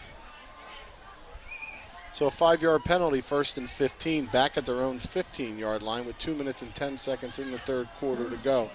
Got a new quarterback, Rich? Looks like a little bit of a wildcat, and it is. A little confusion in the backfield trying to get to the edge, but not able to pick it up is Craig, as Coleman in at the quarterback. Yeah, that was Coleman in. It was like a wildcat. He's the running back. He took the direct snap, handed to the new running back, Craig, back there. And it picks up about 3 yards second and about 13. Oh, here comes Erlanger's back in, but see how long that lasts. Meaning with the cramps that they'll probably be popping back up on him. It's going to be tough to make it through the rest of the way once that starts. So 2nd and long.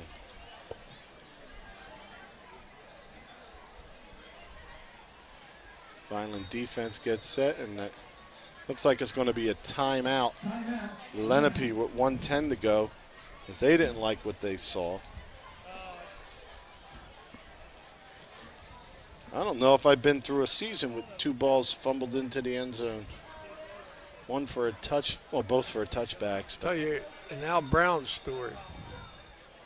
We're playing Pennsauken in a tournament, and they had a great team. John Taylor, Griggs, Rear, Hutchinson, who went to Michigan. Oh, You what don't a got team. you don't got to tell me how good I was. 155-pound defensive tackle for you. No one scored on them all year. And we're playing them tough. Just before the half, we're going in to score. Al Brown's he's got it. All of a sudden, he drops the ball. Isn't it one of like these, like pumping and drops it the ball. comes out of the bag? Halftime, I said, "What the heck you doing?" He said, "Coach, I thought I was over the goal line." Well, needless to say, I dragged him on the end of the bus on the way. Nah. What an explosive player he was. Oh, great player. Second and 12. Now here's the boot. Looking for the edge. And it's intercepted by Tyree Powell at the 20, forward to the 18. Just when Vineland needed a play, they got it as Powell. The safety jumps the pass, picks it off, and sets Vineland up. So that fumble in the end zone, if Vineland can convert this, really just cost them a little bit of time. Outstanding job by the defense, who goes 2 plays and out and gives the ball back to the Vineland offense in the red zone at the 17-yard line of the Lenape Indians.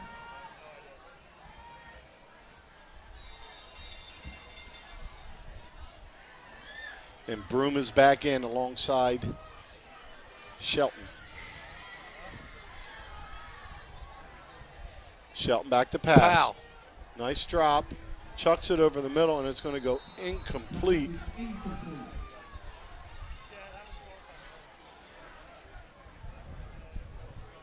Boy, I tell you, Coach has a lot more faith in Sheldon throwing the ball. I like that. Yeah, I definitely think, especially in high school and everywhere, otherwise the NFL would run more. There's so many moving parts in a pass play, and a breakdown results in big plays. And there's a personal foul on the Indians.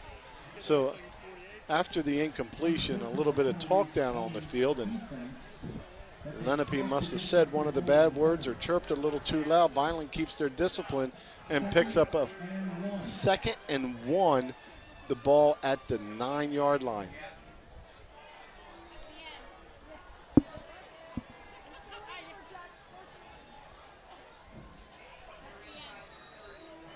Shelton and Broom. Alone in the backfield. Shelton heads to the top of the screen. Looks like he's going to get it. He's hit. Moves forward, and he's going to be a little short, maybe at the 2-yard line. Well, it's first down anyway. First down and first and goal as Shelton almost takes it in, but a real nice tackle by the defense.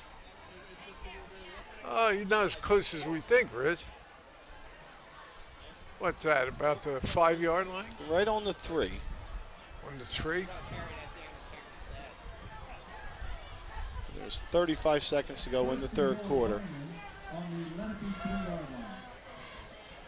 Shelton lets the motion clear. He's hit and dropped back. Maybe gets back to the line of scrimmage. Certainly looked like a hole in there, but Silver for Lenape closed it up quick with 15 seconds to go in the third. Vineland knocking on the door, 10 seconds to get this one off. Doesn't look like they're going to even try, and they're going to head down the other side of the field. And that's the third quarter, 17-0 Lenape, but Vineland on the move again. They're on the 4-yard line, and it's 2nd down.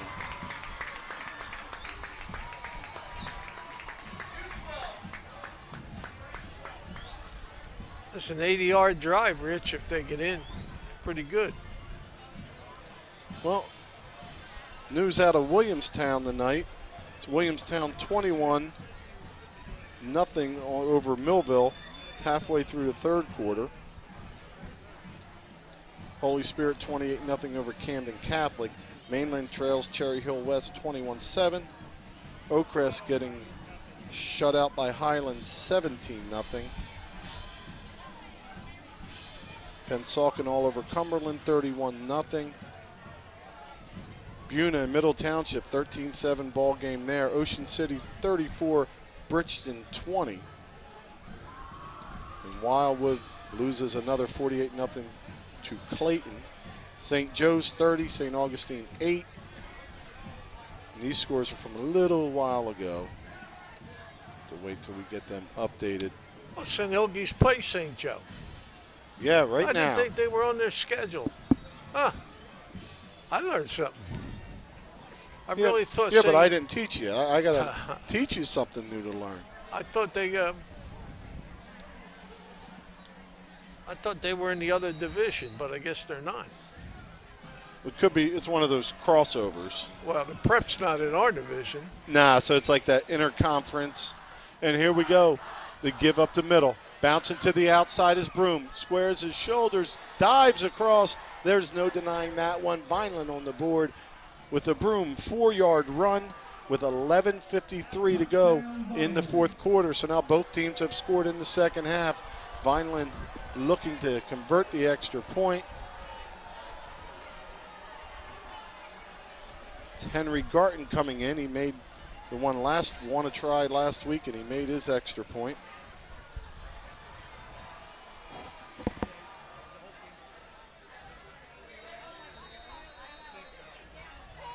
So Garton on the try. Snaps down, kick is up, and good. 2 for 2 goes Garton. And those 2 extra point kicks, Coach, are 2 more points than I ever scored in high school because you wouldn't give me the football. Guard around. So Vineland right back in this, trailing by 10. They're going to count on that defense once again. Try to 3 and out, turnover, quick stop. You certainly can't let the Indians pick up 2 or 3 first downs and gain field position on you.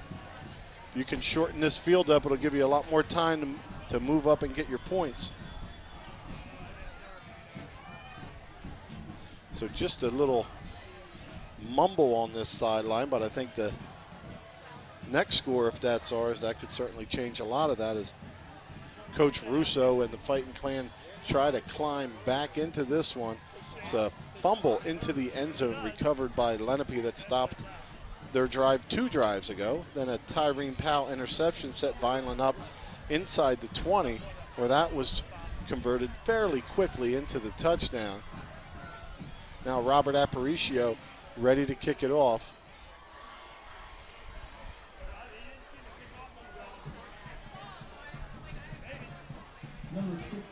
Let's see if Aparicio's kicking deep or just floating it to the 30, which is normally what Vineland's been doing.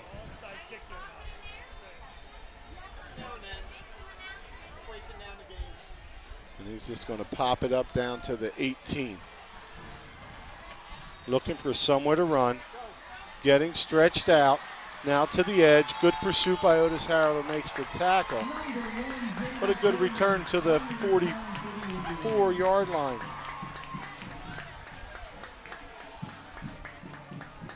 Xavier Coleman on the return, takes his time, gets good field position. Never let the back get outside if you're on a kickoff and you're the wide man. You turn everything in. I don't care what happens to you, you turn it in. That was my job on punt. Filter him back. So actually he stepped out a little bit before that. It's going to be the 37-yard line where Lenape is going to start. And back under center, Erlanger gives over the right side, nothing there. Stopped immediately. Blakely down in there, along with 55, Malloy.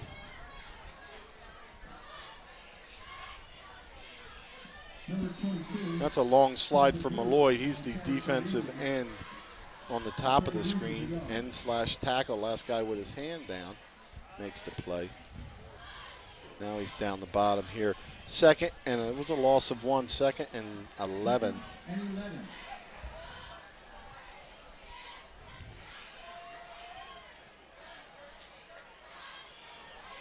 There's a boot to the top. Here comes Reyes. There goes Reyes with the hit. Spins away, but Malloy there. But a flag hits the field. Flag at the 35. We'll have to see who that one's on. It's right around the line of scrimmage. That's usually an offensive foul.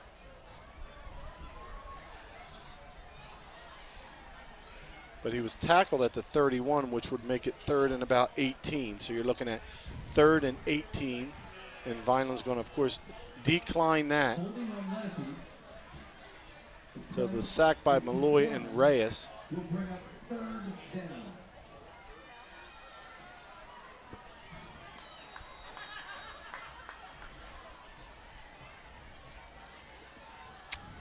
Yeah, 3rd and about 18, I'd say.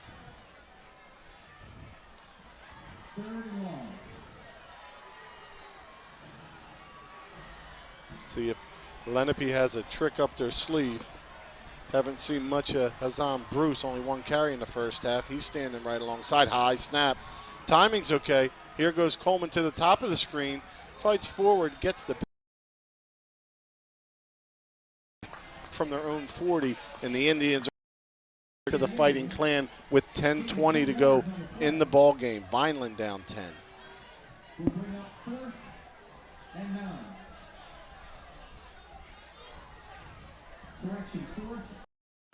Pretty good by Vineland there. 3 and out, that's what you need.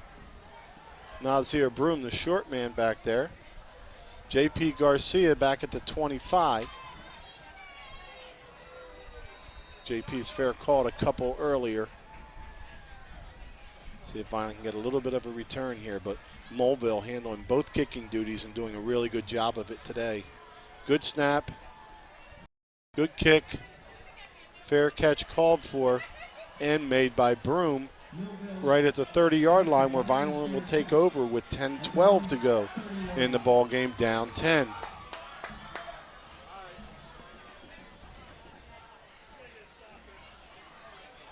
Rich, we're wearing them down. I told you at halftime. That was and we have enough time. We definitely. that was one of the things I was looking at.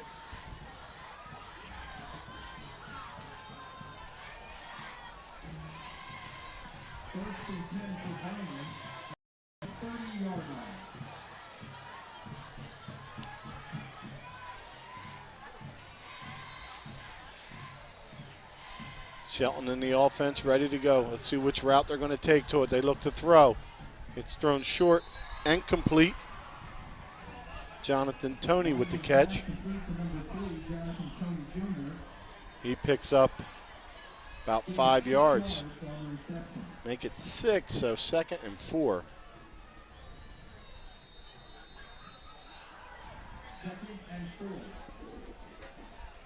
Just under 10 to go.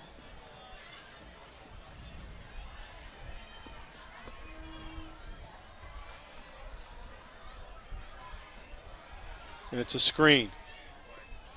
Just thrown a little bit low as Powell looped to the middle of the field. Defended pretty well on the play, even after the catch. Connor Kennedy waiting there to make the stop. I like that call. That was a good call there, the screen. He had plenty of room. You know, one thing we've seen is that tight end up the seam, but it wouldn't be such a bad idea to drag Powell through that seam, and if they keep sending their backers, hit Powell right there about 12 yards behind the line of scrimmage when they empty that out when they're showing some blitz. Yeah, just one linebacker staying home. They're putting pressure from the bottom of the screen. There it is, and it's thrown incomplete to Powell, who has the first down. Powell having to leave his feet to pick that one up. Final pass complete to number 22, Terry Powell. The play results in a Vineland first down.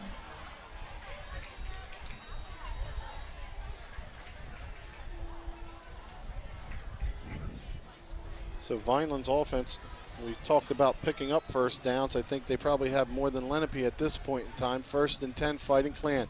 Shelton again to throw. He looks deep, and it's tipped, and it'll fall incomplete.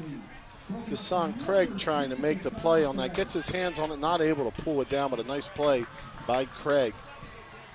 Hey, he tipped it, and who was that receiver we had? Jackson. He almost got it. That would have been something.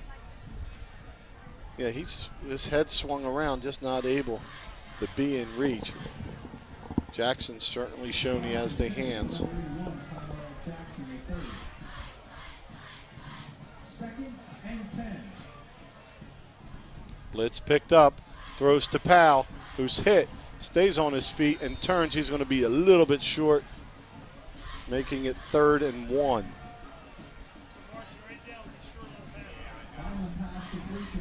Vineland's offense has been moving the football.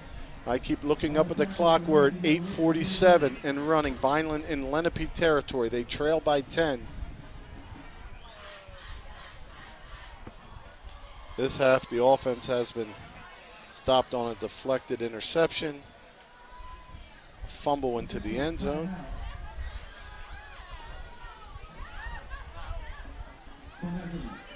And the officials are going to measure, see if he did pick up the first down.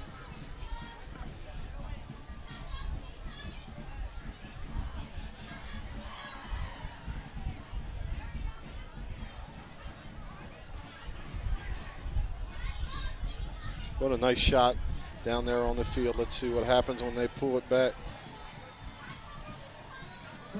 See, Vineland's footballs, we have Rowdy Rooster etched in the side of them. Didn't notice that pregame when I was seeing them. My spotter up here pointed that out for me.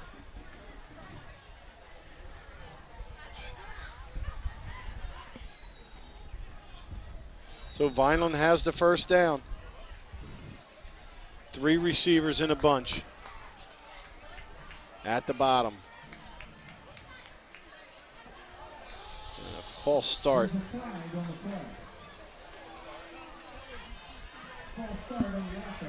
So move back just over midfield. That's okay, Rich, on first down. It still hurts you, but it was like 3rd down, it had that kind of yardage. Yeah, exactly. It would have been a heartbreaker at 3rd and 1 having that happen. So Shelton to throw again. A little bit of pressure, steps up now, he gets out wide. He has a receiver, it's thrown incomplete to Otis Harold, who has it at the 25 before he's knocked out. Excuse me, that was Jonathan Toney.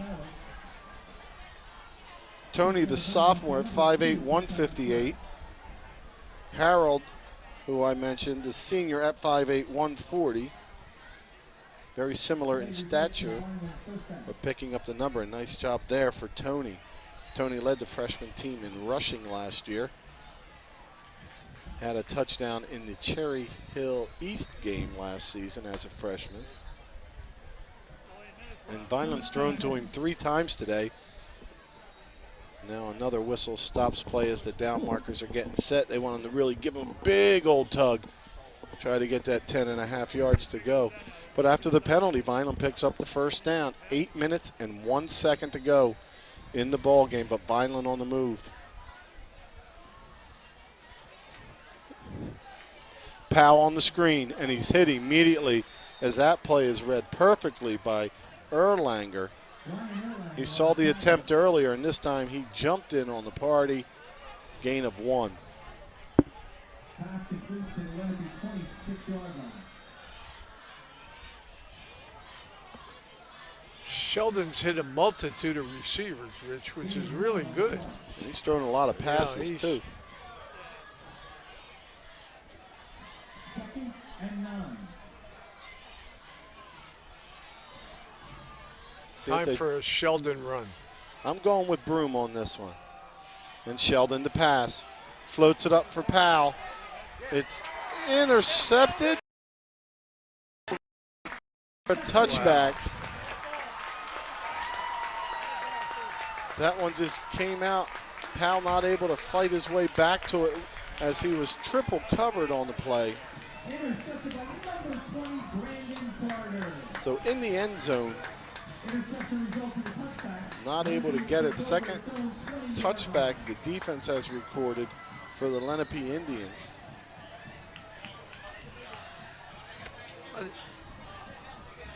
I didn't like that call, Rich. They've been hitting these guys, Yeah. short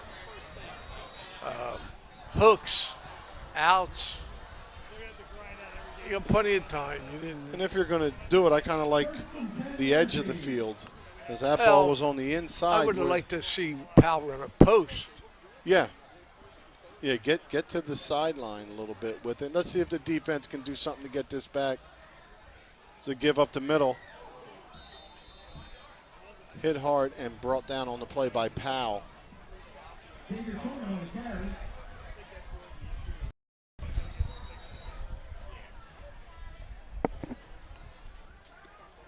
Coleman gains 5 yards on the play.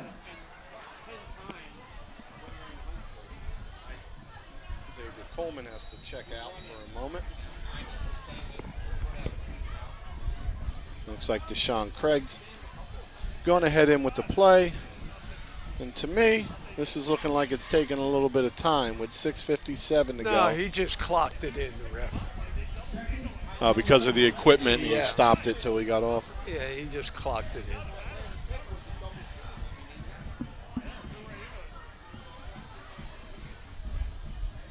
There's a give, and there's a hit. Blakely first.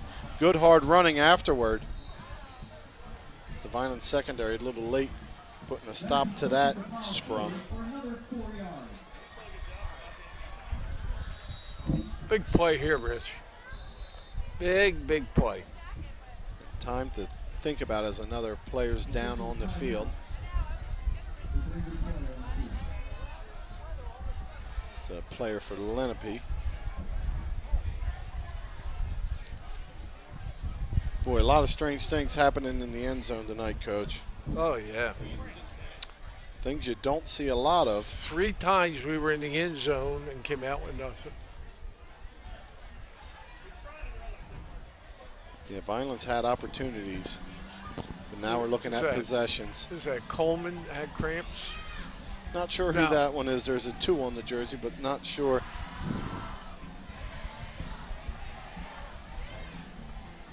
Well, with 6:39 to go, Vineland needs to make a 3rd down stop here. As a 1st down will probably take a couple more minutes off. Thanks once again to tonight's crew: Kayla Spire, Tanner Bushman, Jordan Skarzinski, Kuchis, Doug Diola, and Ryan Steinbraun. And as always, executive producer of VPS TV is Gia Missouri, the School District Public Information Officer.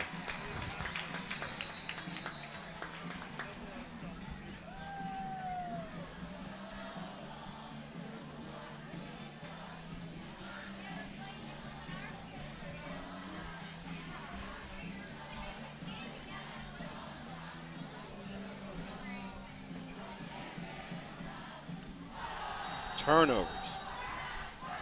Well, quarterback's under center, Rich. He kept it last time. And hit and driving forward for the 1st down.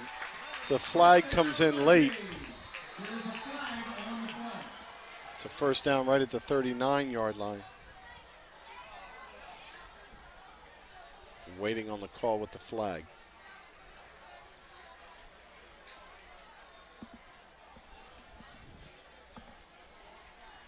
Like Lenape's moving backwards. It'll be on the Indians.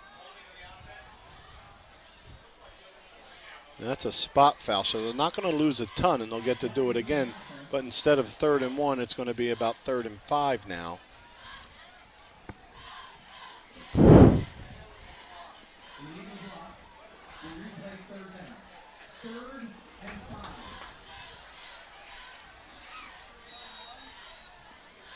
.6:22 and running. Another 3rd down here for the Indians.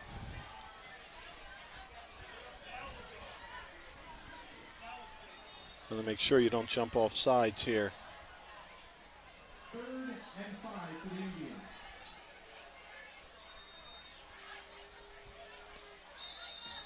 And another flag. There's a flag on the play.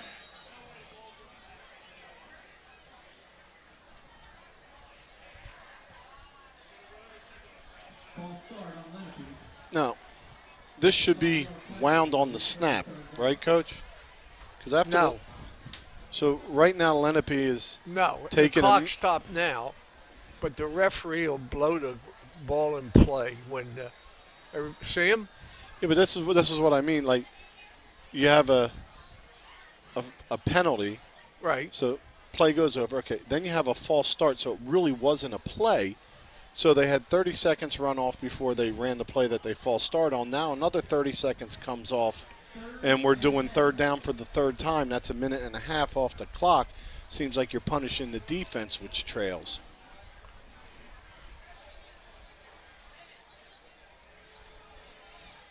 To give up the middle, nothing there at all.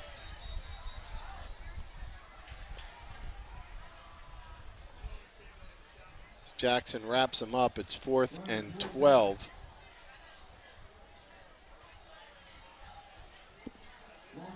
Waiting to see if Tall Kennedy would be back there to return it, but he's not. Not sure if he's banged up. It's been Garcia all game, and Him and Tall. certainly capable of doing it, but when you really need a play, you got a guy that did a couple last year. So here we go. Time to punt for Mulville. He drives this one. It's going to hit and roll dead right at the 48, or excuse me, 44. With 4:39 to go. Vineland's going to have to move quickly this time. They may not have time to drive it down and get it back again.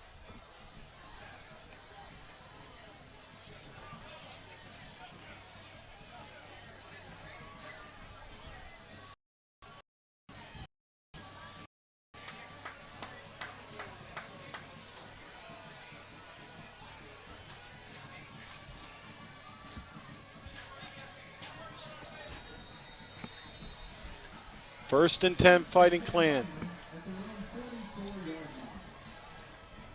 They're going to have to pick up some big yards quick.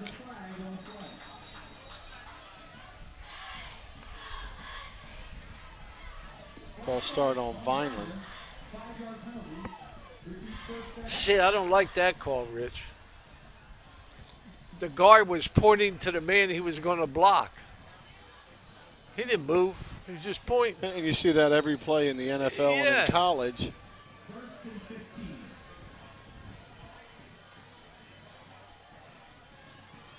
Blitz comes through. Shelton makes a miss.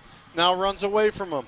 Now throws it. Coming back to the ball is Jackson. He's going to pick up about 5. Nice. Excuse me, that wasn't Jackson.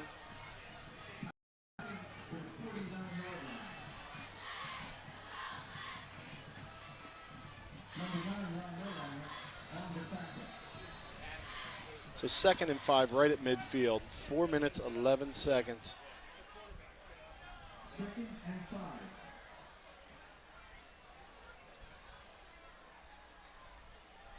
Shelton floats it complete. Gain of about 10.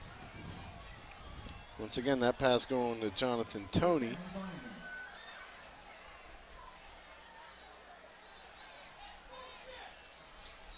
Vineland's offense has moved, but it's just been that curse of the end zone.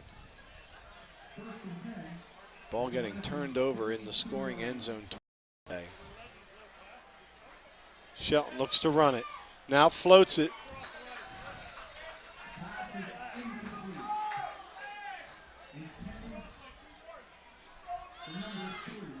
So 2nd and 10. Clock will stop. 3:44.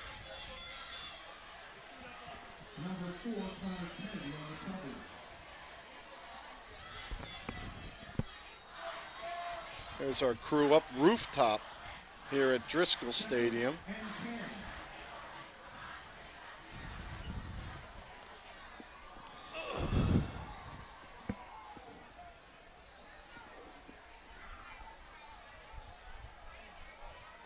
Quick hitch to Powell, picks up about 7.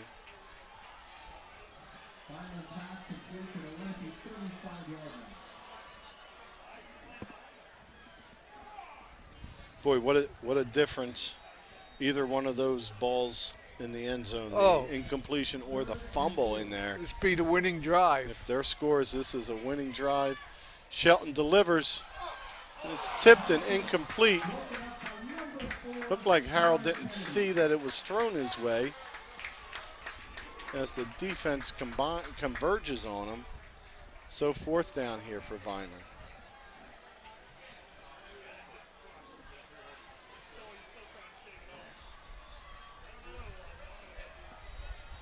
All right, just don't panic. Get the first down. 4th down here. Vineland has a hope of getting back in this. They need something here, and it's thrown to Powell low, and he digs it out of the dirt and comes up with the completion with 3:11 to go.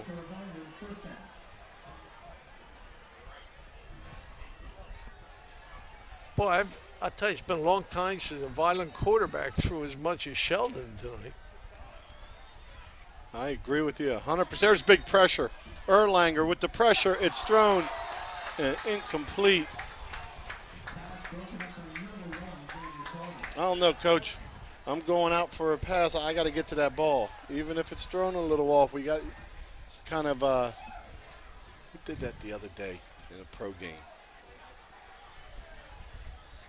What, cut the route off? No, kind of like not finishing through. If it's not on, you stay in the play for the football. We've had some balls tipped around, like Jackson.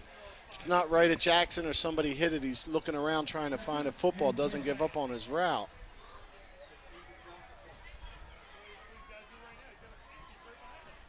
Second and 10. Shelton takes off towards the middle, makes a man miss, makes a nice move, looks like he's going to score. And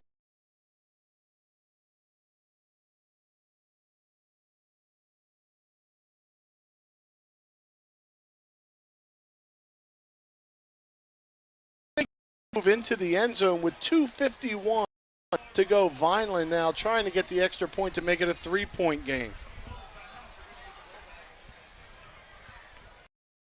Boy, you take either of those end zone turnovers, give Vineland points on those, this will be Vineland taking the lead. But enough time for the defense to do something here, or the onside kick. We'll have to see what's going to happen. Here's Garton with a big extra point.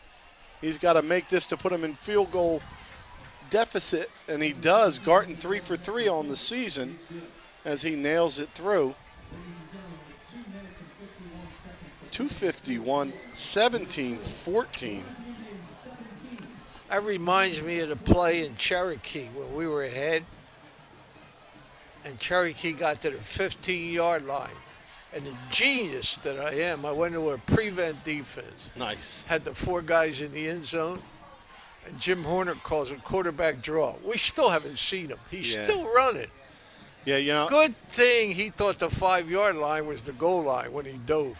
If he didn't, I don't think we'd be standing near each other today, because I was your nose guard that has no pass rush, that's just supposed to stop quarterback draw, and I'm like, there's no way he's quarterback drawing this. I'm going to get me some quarterback, and I took a pass route, and sure enough, that quarterback draw. Oh, what a great call. So Vineland looking to get the ball back.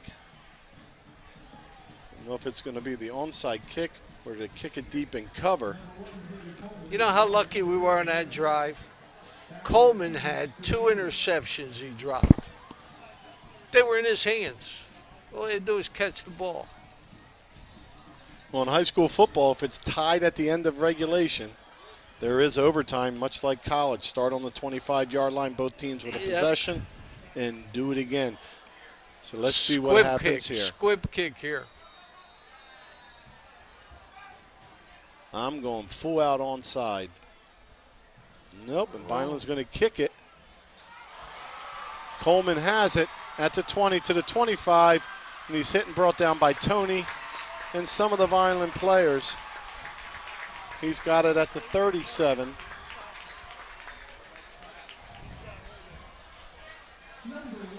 Vineland with all 3 timeouts, Coach? Looks that way, right? Yeah. Pretty clean. The only timeout was called by Lenape. So Vineland will be using them up now. Lenape, look for them to try to keep it on the ground. They've got to get at least 1 first down. I'm going to kill this guy in front of me. You catching a glare off the back of his head too, Coach? Oh, boy. So 1st and 10, back under center. There's Erlanger with an I formation behind him. There's the give. Hit. Powell up, rips the ball loose. It's on the ground. No, that came, he was down. Oh, my goodness. Vineland takes a timeout. Real nice tackle as Powell rips it out and brings it down to the end zone.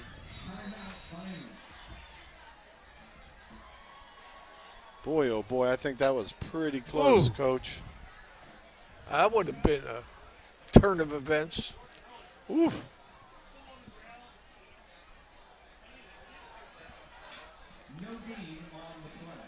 So 2:38 to go. Vineland with 2 timeouts left. It's 2nd and 10. Defense has given up just the 3 points this half.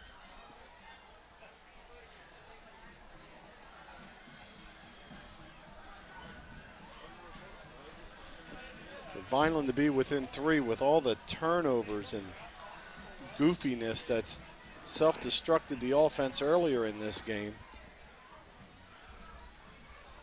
I mean, even if that's a fumble and Powell doesn't scoop and score and the ball's there, boy, you can see momentum switch because the Vineland offense has not been stopped the last few times with the football.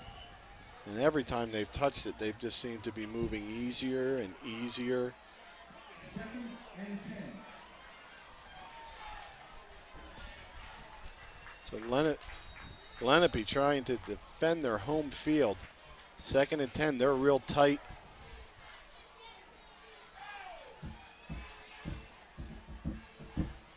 And it's a naked boot by the quarterback.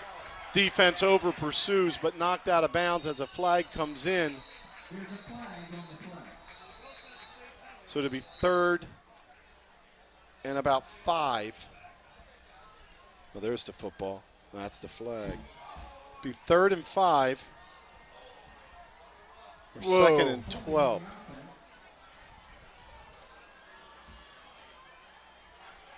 See, this is what I'm talking about. So if Vineland takes the penalty, it's another down again, and they can take another 30 seconds off because the play was ran, even though we're coming off a timeout with the same play.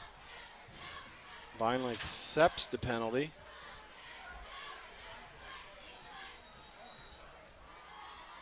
So 2nd and about 14. And the clock is running at 2:25. So the loss of yards, but the disadvantage with the clock running. There's Coleman. He's hitting the backfield and dropped by Malloy. Vineland takes a timeout, 2:14 to go, 3rd and 15.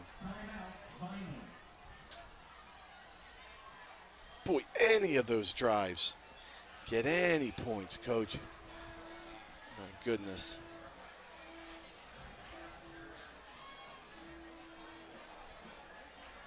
Two turnovers in the end zone in the fighting, and 2 more on the field, and the Fighting Clan trying to get this football back.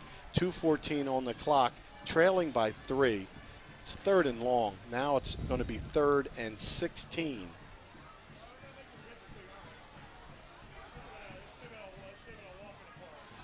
Well, Lenape, you just got to run it again, right? Well, they're going to run it. Vineland called timeout, so we'll get the ball back with about 1:45. You don't just try to lightly toss it to somebody No, and ice this puppy? no. Can't do that, Rich. I know what you're saying. I don't know. They're getting a first down on the ground either. Let's get set. Stumble. Nowhere to go. Reyes with the sack.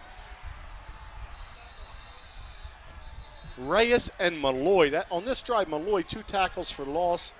Reyes and Malloy combined for another tackle for loss. Vineland out of timeouts. 2:07 to go. 4th and 18 or 17. So it looks like it's time for Lenape to punt. Mulville has been handling the punting very well. A lot of fair catches. It is J.P. Garcia down here. Coach Russo pulls his punt return in, and he wants to talk to him. Vineland can complete this comeback down 17-0 in the third quarter. They're going to be getting the ball. If they can complete this comeback, talk about momentum and things to build on.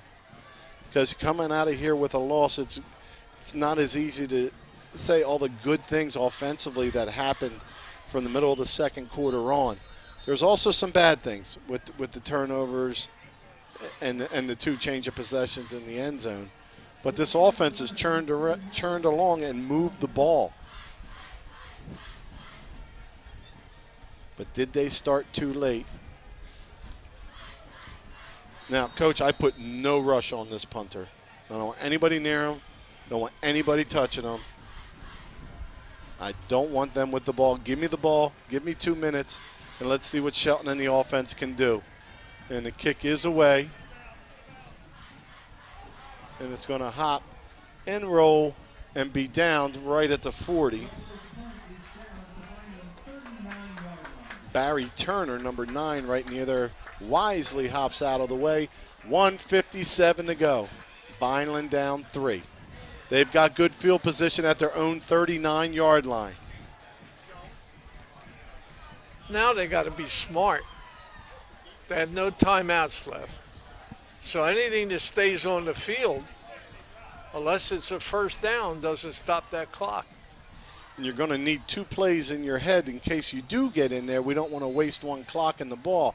So let's see what Shelton and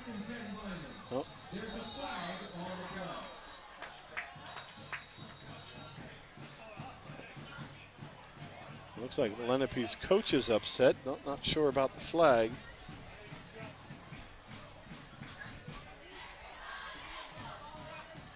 Illegal substitution on the defense, or illegal participation, as they tried to add a 12th man. They certainly have a big enough 12th man with their fans here today. 1:57. Vineland at their own 45. Garton's been handling the extra points. Vineland over 1 in field goals. Hopefully that will come up. Shelton to throw. He looks. He gathers. He runs. He throws. What a catch. Oh, what a catch. Diving backwards is Tony for the first down. On the ground. In Lenape territory at Woo! the 45-yard line. Boy, you saw that turf come out from underneath Tony, but the sophomore laying on his back with a Kool-Aid in one hand and a sandwich, puts it down and picks the catch. Oh, and Vineland clocks it. So it'll be 2nd and 10.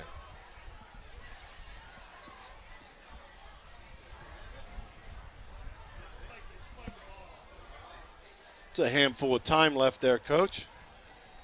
Yeah, plenty of time. Yeah, I don't want this to come down to downs.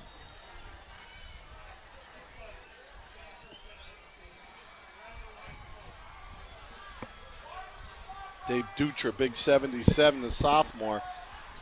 He's got a big matchup on his head, trying to provide some time for Shelton, who pump fakes and throws long and over the head of Powell. It's going to make it 3rd and 10. 1:41 on the clock. That has been not a good play for them. They're doing better with the hooks and slants. I concur. But you lost the down with the spike, so your down and distance is off. Kind of think I like to have had 5 on that one. Tony with the catch, gets out of bounds after a gain of 5. It's going to be maybe 6, 4th and 4. Ball on the Lenape Indian 48-yard or 38-yard line.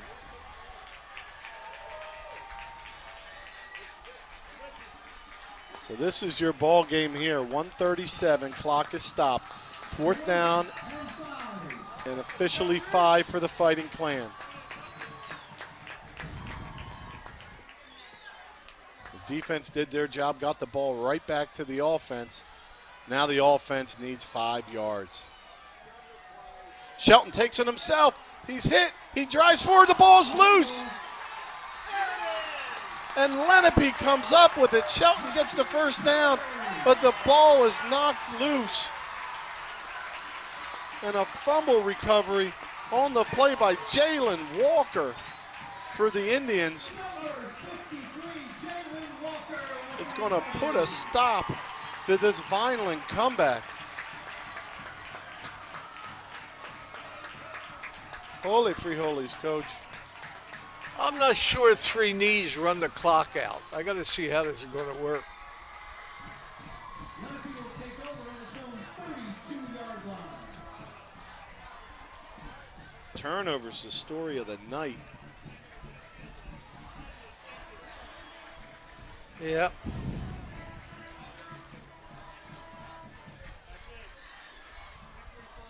Lenape tight. They're looking to kneel on it. And they do with 1:30 to go. And running. Well, an exciting second half as Vineland storming back into it. Turning it over in the end zone again. Getting it back. Picking up a big first down right around the 30-yard line of the Indians before the ball pops out. And We've done a heck of a job on defense this half, Rich. Yeah, it's been real quick and quick out.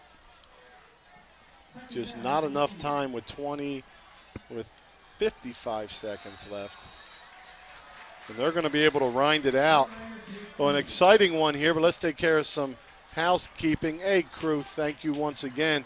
Kayla Spire, Tanner Bushman, Jordan Skarzinski, crew chiefs Doug Diola and Ryan Steinbron. And executive producer of VPS TV is Jim Missouri School District's public information officer. Don't forget Comcast Channel 9, Verizon Channel 40. Check it out Monday at 7. The comeback that almost was as Vineland's going to fall to 1-2 as they snap it for the last time. Coach, take me through that second half. Sure. Vineland got the ball through an interception on their first possession in the second half. Lenape started on their 50 and got the winning points on that very first drive at the 8:27 mark to go up 17-0. After that, Lenape's offense went into a stall. Vineland, what a great job they did in the second half on offense. They started on their 20, and the second possession went all the way down onto 6 and fumbled it in the end zone. They got it back again at the 11:53 mark of the fourth quarter. Broom on a 4-yard run. The kick was good, and now it's 17-7. We threw an interception, but we got the ball back. At the 4:39 mark of the fourth quarter, a 25-yard run, a beautiful run by Sheldon. The kick was good, and now the score is 17-14. We stopped them again. We come back, and we were driving with about, I think it was a minute and 50 seconds. We're driving. Sheldon gets a first down, fumbles the ball on Lenape's 31-yard line.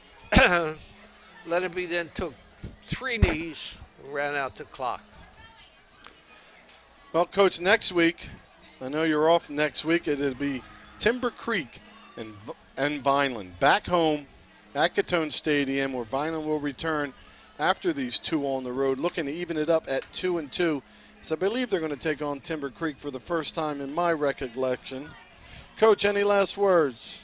No, Rich, good job tonight, and just a heartbreaker for Vineland. Excellent high school game.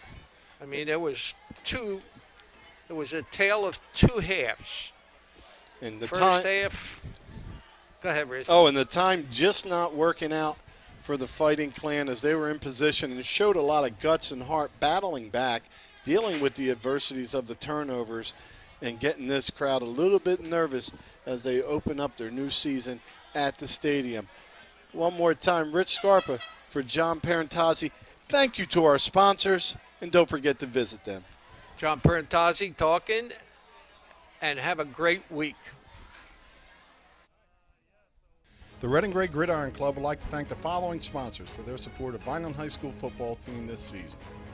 Sir Speedy, Reconstructive Orthopedics, Ducharmes, the Greenview Inn at Eastland Golf Course, Newfield National Bank, Larry's 2 Restaurant and Caters, Allen Associates, Delsey ShopRite, Bella Limousine, Medio Law Firm, The Claridge, a Radisson Hotel, Technid Consulting, Vineland Education Association, Begal University, Manny and Vic's Pizzeria and Restaurant, MVP Sports Bar, Richland Carpet and Flooring, GNS Dry Cleaners, Carluzzo and Teresi Petroleum Transporters, Bondi Insurance Agency, Dr. Gorson General and Cosmetic Dentistry, Baruffi Brothers, Beretta Plumbing, Heating and Cooling, Luciano Medical, Van Dodge, and Homestead Plumbing and Heating.